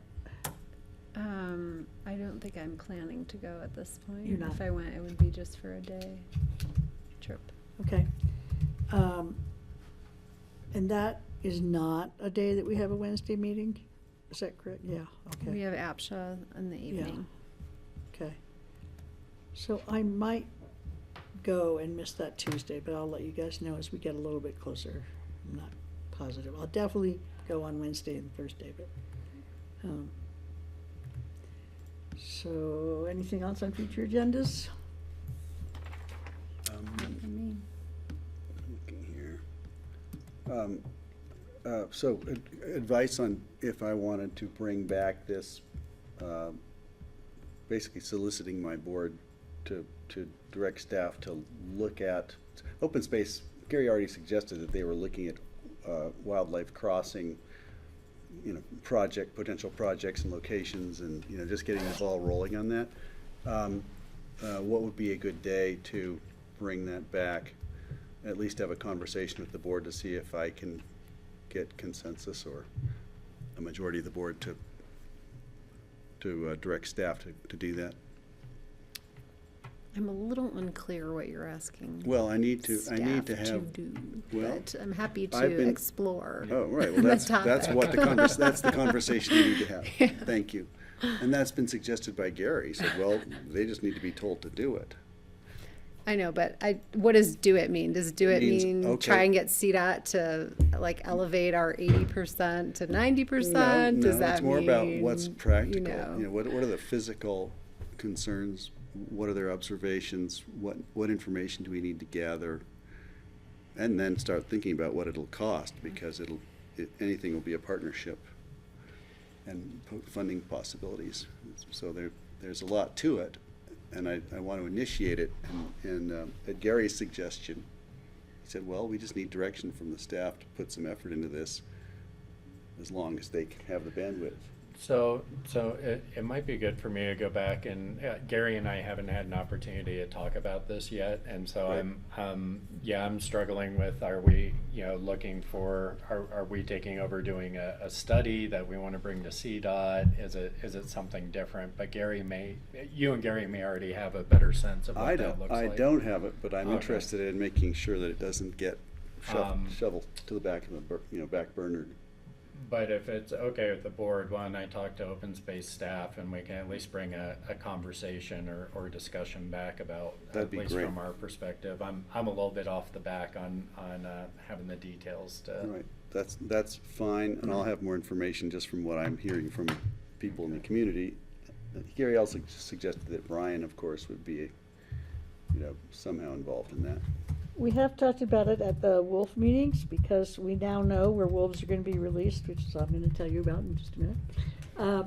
And I-70 will be impacted, so obviously when you think about wolves and elk, it might create more elk movement and around I-70. So given CDOT didn't give us a very high rating for the imperativeness of protecting ourselves from wildlife pollutions here compared to in other places in the state, I would say it's not a really high priority for me. I'm not going to stand in the way of pursuing something, but I just think of other places that have wildlife impacts that that CDOT obviously thinks are more important. So, and I don't want to pay for it as a county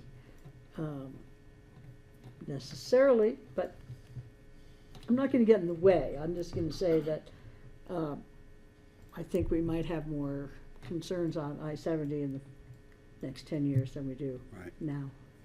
Just to be clear, CDOT has us, I think, in somewhere in the 90+ percentile versus 95, which is their cutoff. Right. And they were inferring that we were just below the cutoff. So we're close. Mhm. We're in their highest priority area. We're just below the 95%.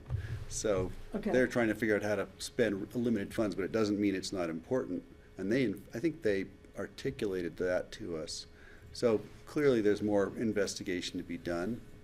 And certainly it'll involve partnerships, no question. But I also know there's a lot of interest in pursuing this in the county, so, Okay. yeah. I thought we were lower on the list, so that was good to hear that. Yeah, we're just out of the High top priority. priority. Okay. Yeah, I mean, I'm somewhere between explore and write a blank check. Really? You've never said Like, those you'd are my write a bounds blank- of I've never like. heard you say you'd write Yeah. a blank check before. Wow. No, I wouldn't write that's a blank pretty check. big area. Those are my boundaries. Like, yes, definitely explore. No, don't write a blank check. That's. I think so we need to learn more. I would totally. I support the topic. I would welcome. Feel free to forward along whatever you've sent me. I will. Some Yeah, of I'm gonna start anything you hear hearing more, from too. citizens and all that would be Yeah. helpful. I'll share everything I've got with everybody, yeah. Thank you. When we do that is the question, how soon we can do it. Maybe after you circle back with Gary. Yeah. That'd I need make to me see comfortable. How ready we are to. Yeah. Great, and then I'll share what I've got, yeah. Okay, let's move on to open discussion. Do you have anything there, Todd? Yeah, give me just a second to access my electronic memory.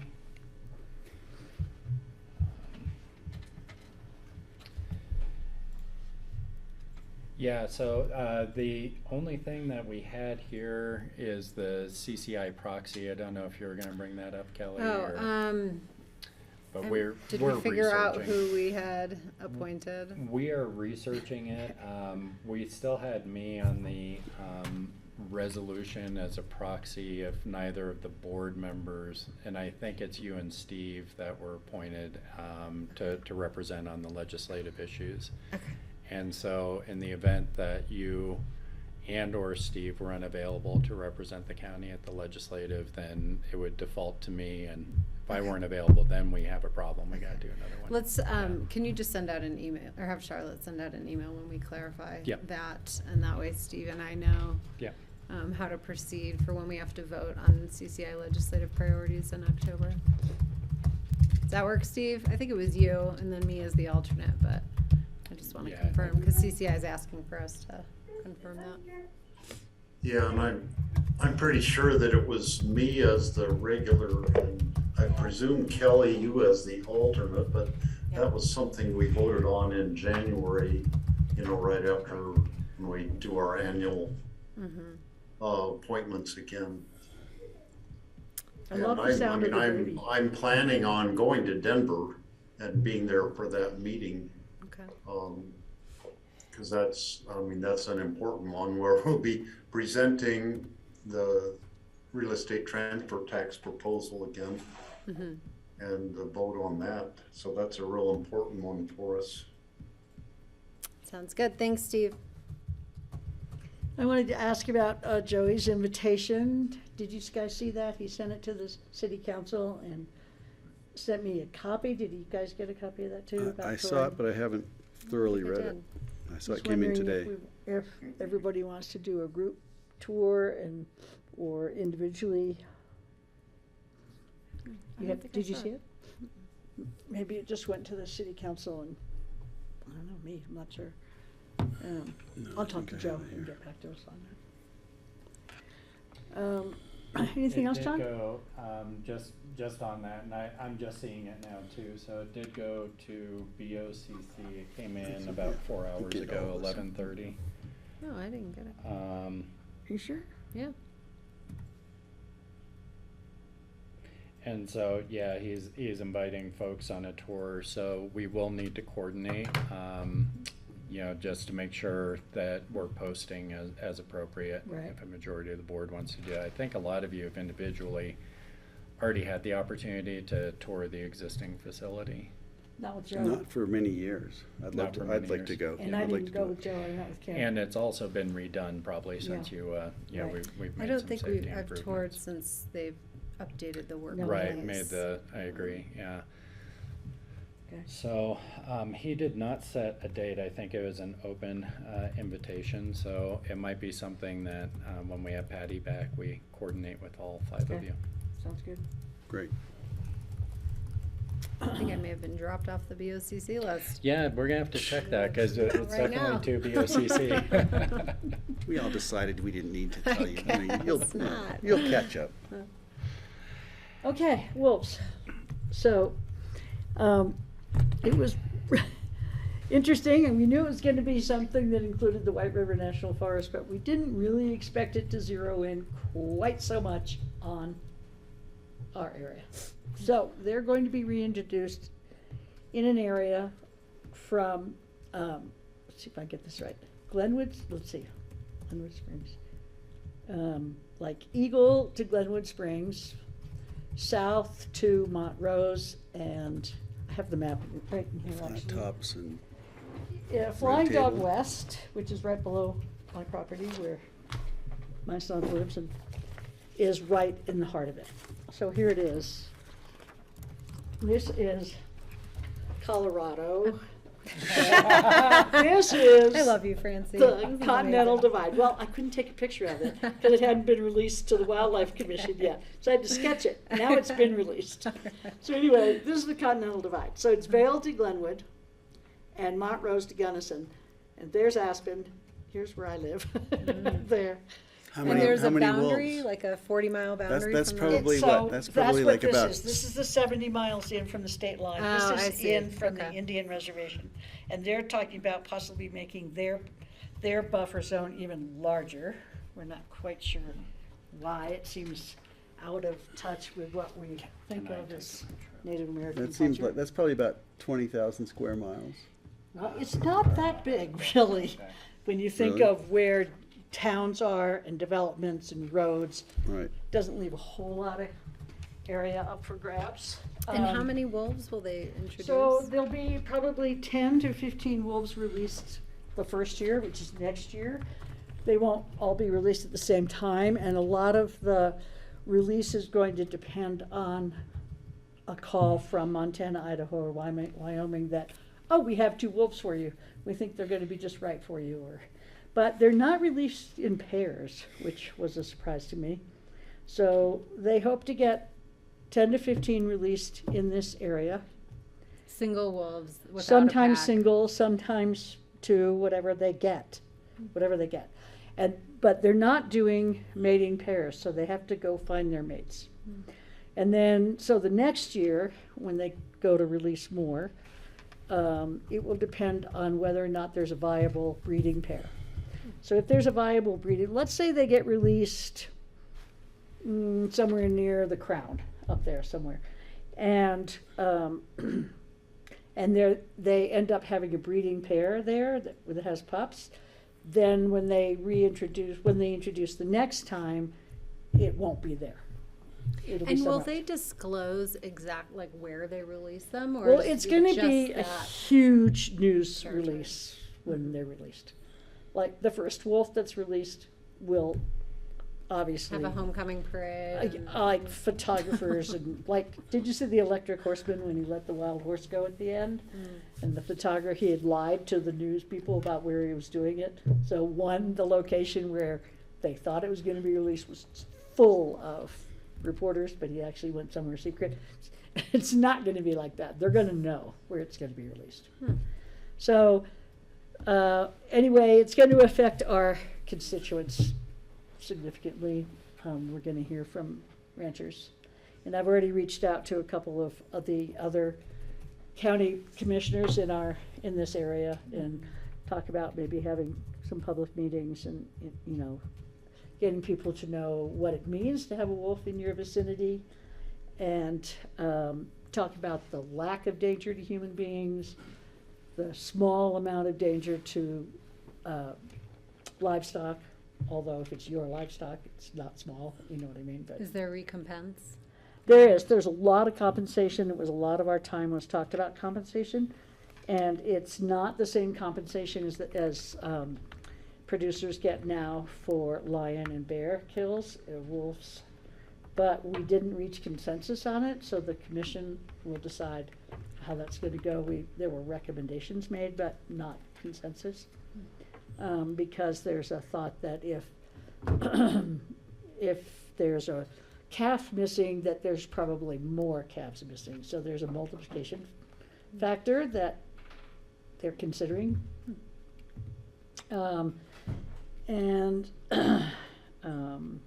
There was a consensus that if wolves are in the area but they're not depredating, they're not doing any harm, they will be left alone.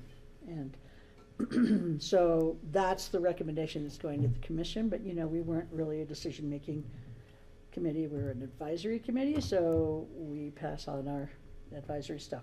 But this is reality. This is not our recommendation. This is reality. This is where the wolves will be reintroduced. Have they released We are that right map in the yet? heart of it. What? Have they released the map? You said they released it Yeah, they already? released it to the commission on Tuesday, the Wildlife Commission.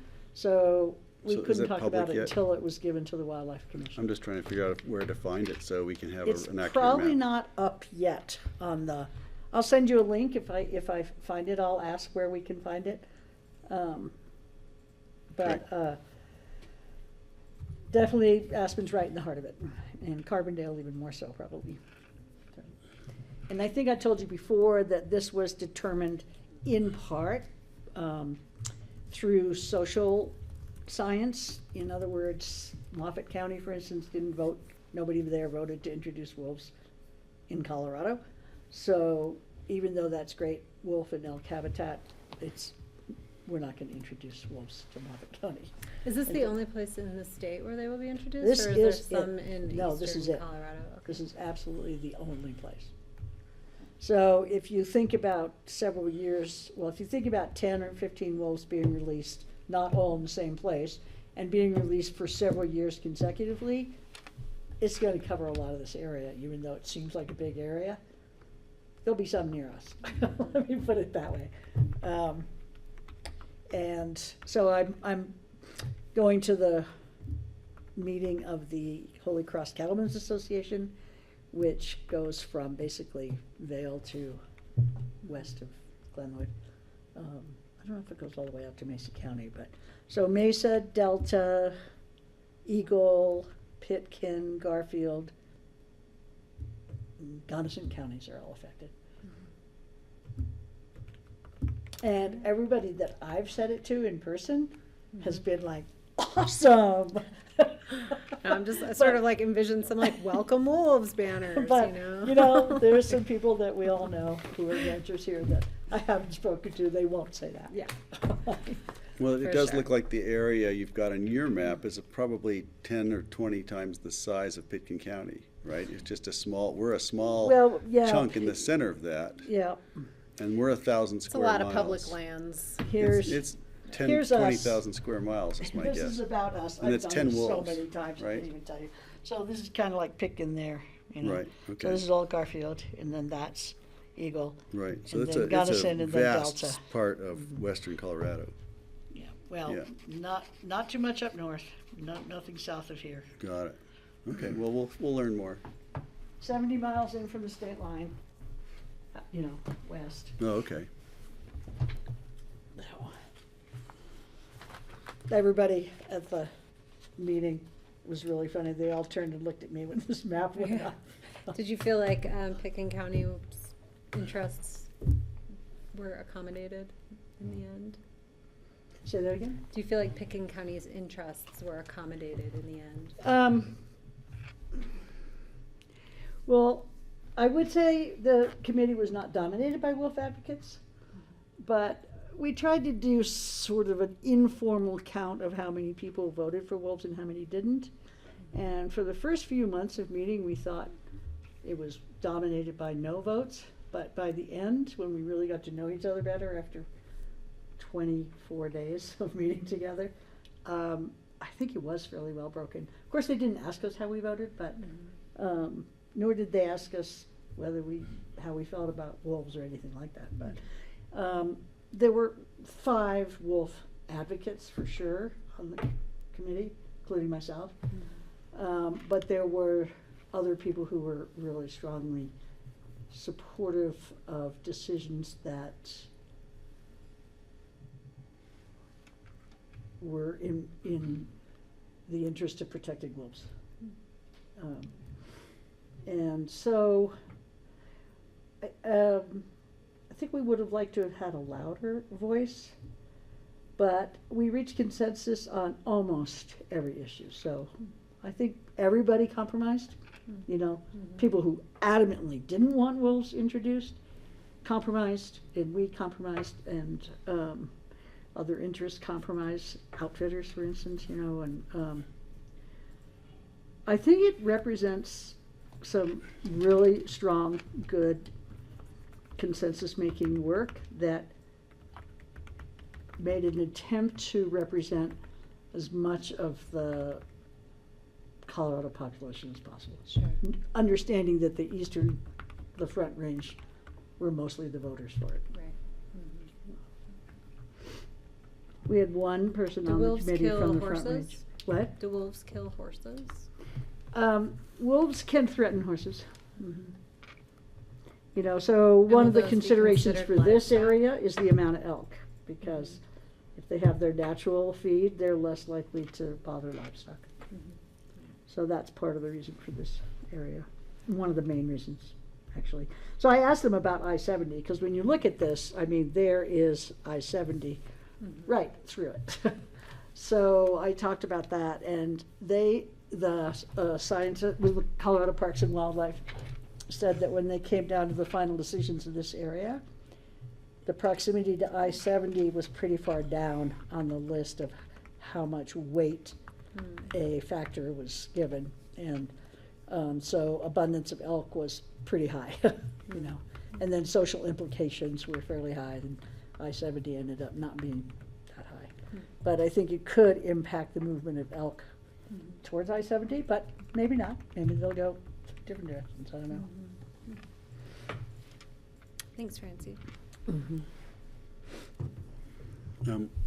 Open, are we still open discussion? We are still in open discussion. We have a little bit of time before we go into exec session. We have 10 minutes. Just one quick thing I'd love to bring up. There was depending on your perspective, I guess, that John Oliver, national television program, was it this week tonight, had a program a week or two ago on carbon offsets. And he was very critical of carbon offsets and skeptical. And I think there has been a lot of skepticism. And so I have been, since I'm the voice on the radio or at the airport, trying to hustle carbon offsets, I just wanted to say that I've asked staff to look into, just where are carbon offsets going? Is it time for a review? RMI was the proponent and manager of this program, and we put a lot of trust in them, but it's time to circle back and just see how things are going. So I've requested that, and we haven't heard back yet, and there's some other perspective out there that'll be interesting to see regarding, ideally, I can share that regarding offsets for things like airport emissions or anything else, it sure would be nice if that money could be spent locally rather than buying an offset for some faraway place that really is hard to certify or quantify. Or relate to. Or relate to. And so I think that conversation will come back around. I'm not sure how soon. Okay. I have one quick thing. Did anybody see Tucker Carlson's rant about Aspen? You Dang, should I look missed it up. It is hilarious. It is about how Aspen is begging for diversity. We should help them out and send them 100,000 migrants from the border. It's very funny. It's very sarcastic. He also talks about Martha's Vineyard quite a Is he bit. being sarcastic? He is. You have to look it up. Well, you look at Just what have to Texas look is it up. doing. It's not entirely untrue, what he says, but it's outrageous. I really recommend you look it up. My grandson showed it to me. I might pass, just on principle. Well, Texas is busing migrants to New York and to other, cities. Well, that that's what he welcome was migrants. responding to. So that's what And- he was yeah, responding to. Yeah, so Aspen and Martha's Vineyard. Free he bus says, are ticket just- to Aspen. They're just begging us to help them become diverse. All right, let's take a break before we go to executive session. Should we just adjourn this meeting now? Do you want to Wanna go call it in? a go in? Yeah. We're going to need to go into executive session on grassroots and then. Yeah. Yeah. Okay, Yeah. so we're on now. All right. So, okay, so we're going to, I'm looking for a motion to go into executive session. I'll make a motion to go into executive session for the purposes of discussion of Black Hill Energy's pipeline, discussion with council pursuant to Colorado Revised Statutes 24-6-4024B. Second. All those in favor? Aye. Aye. Aye. Okay, Got an shall we iPhone. go up to the room, fellas? We're I'm upstairs? gonna get in the car and Oh, join that's our right. Oh, you've gotta phones. go. I've got pickups. You don't call in. Steve, you're gonna join us with the other link? Yes, sir. And are we gonna do it right away, or do we have to wrestle up John at this point? We or have what's until 4:30. Let's 4:30. go in in We have 20 5 minutes? 20 minutes, 25 minutes. Can we go Or in no, sooner rather than 15 later? minutes. John's here already. Francie, we can go to the link right now if you want.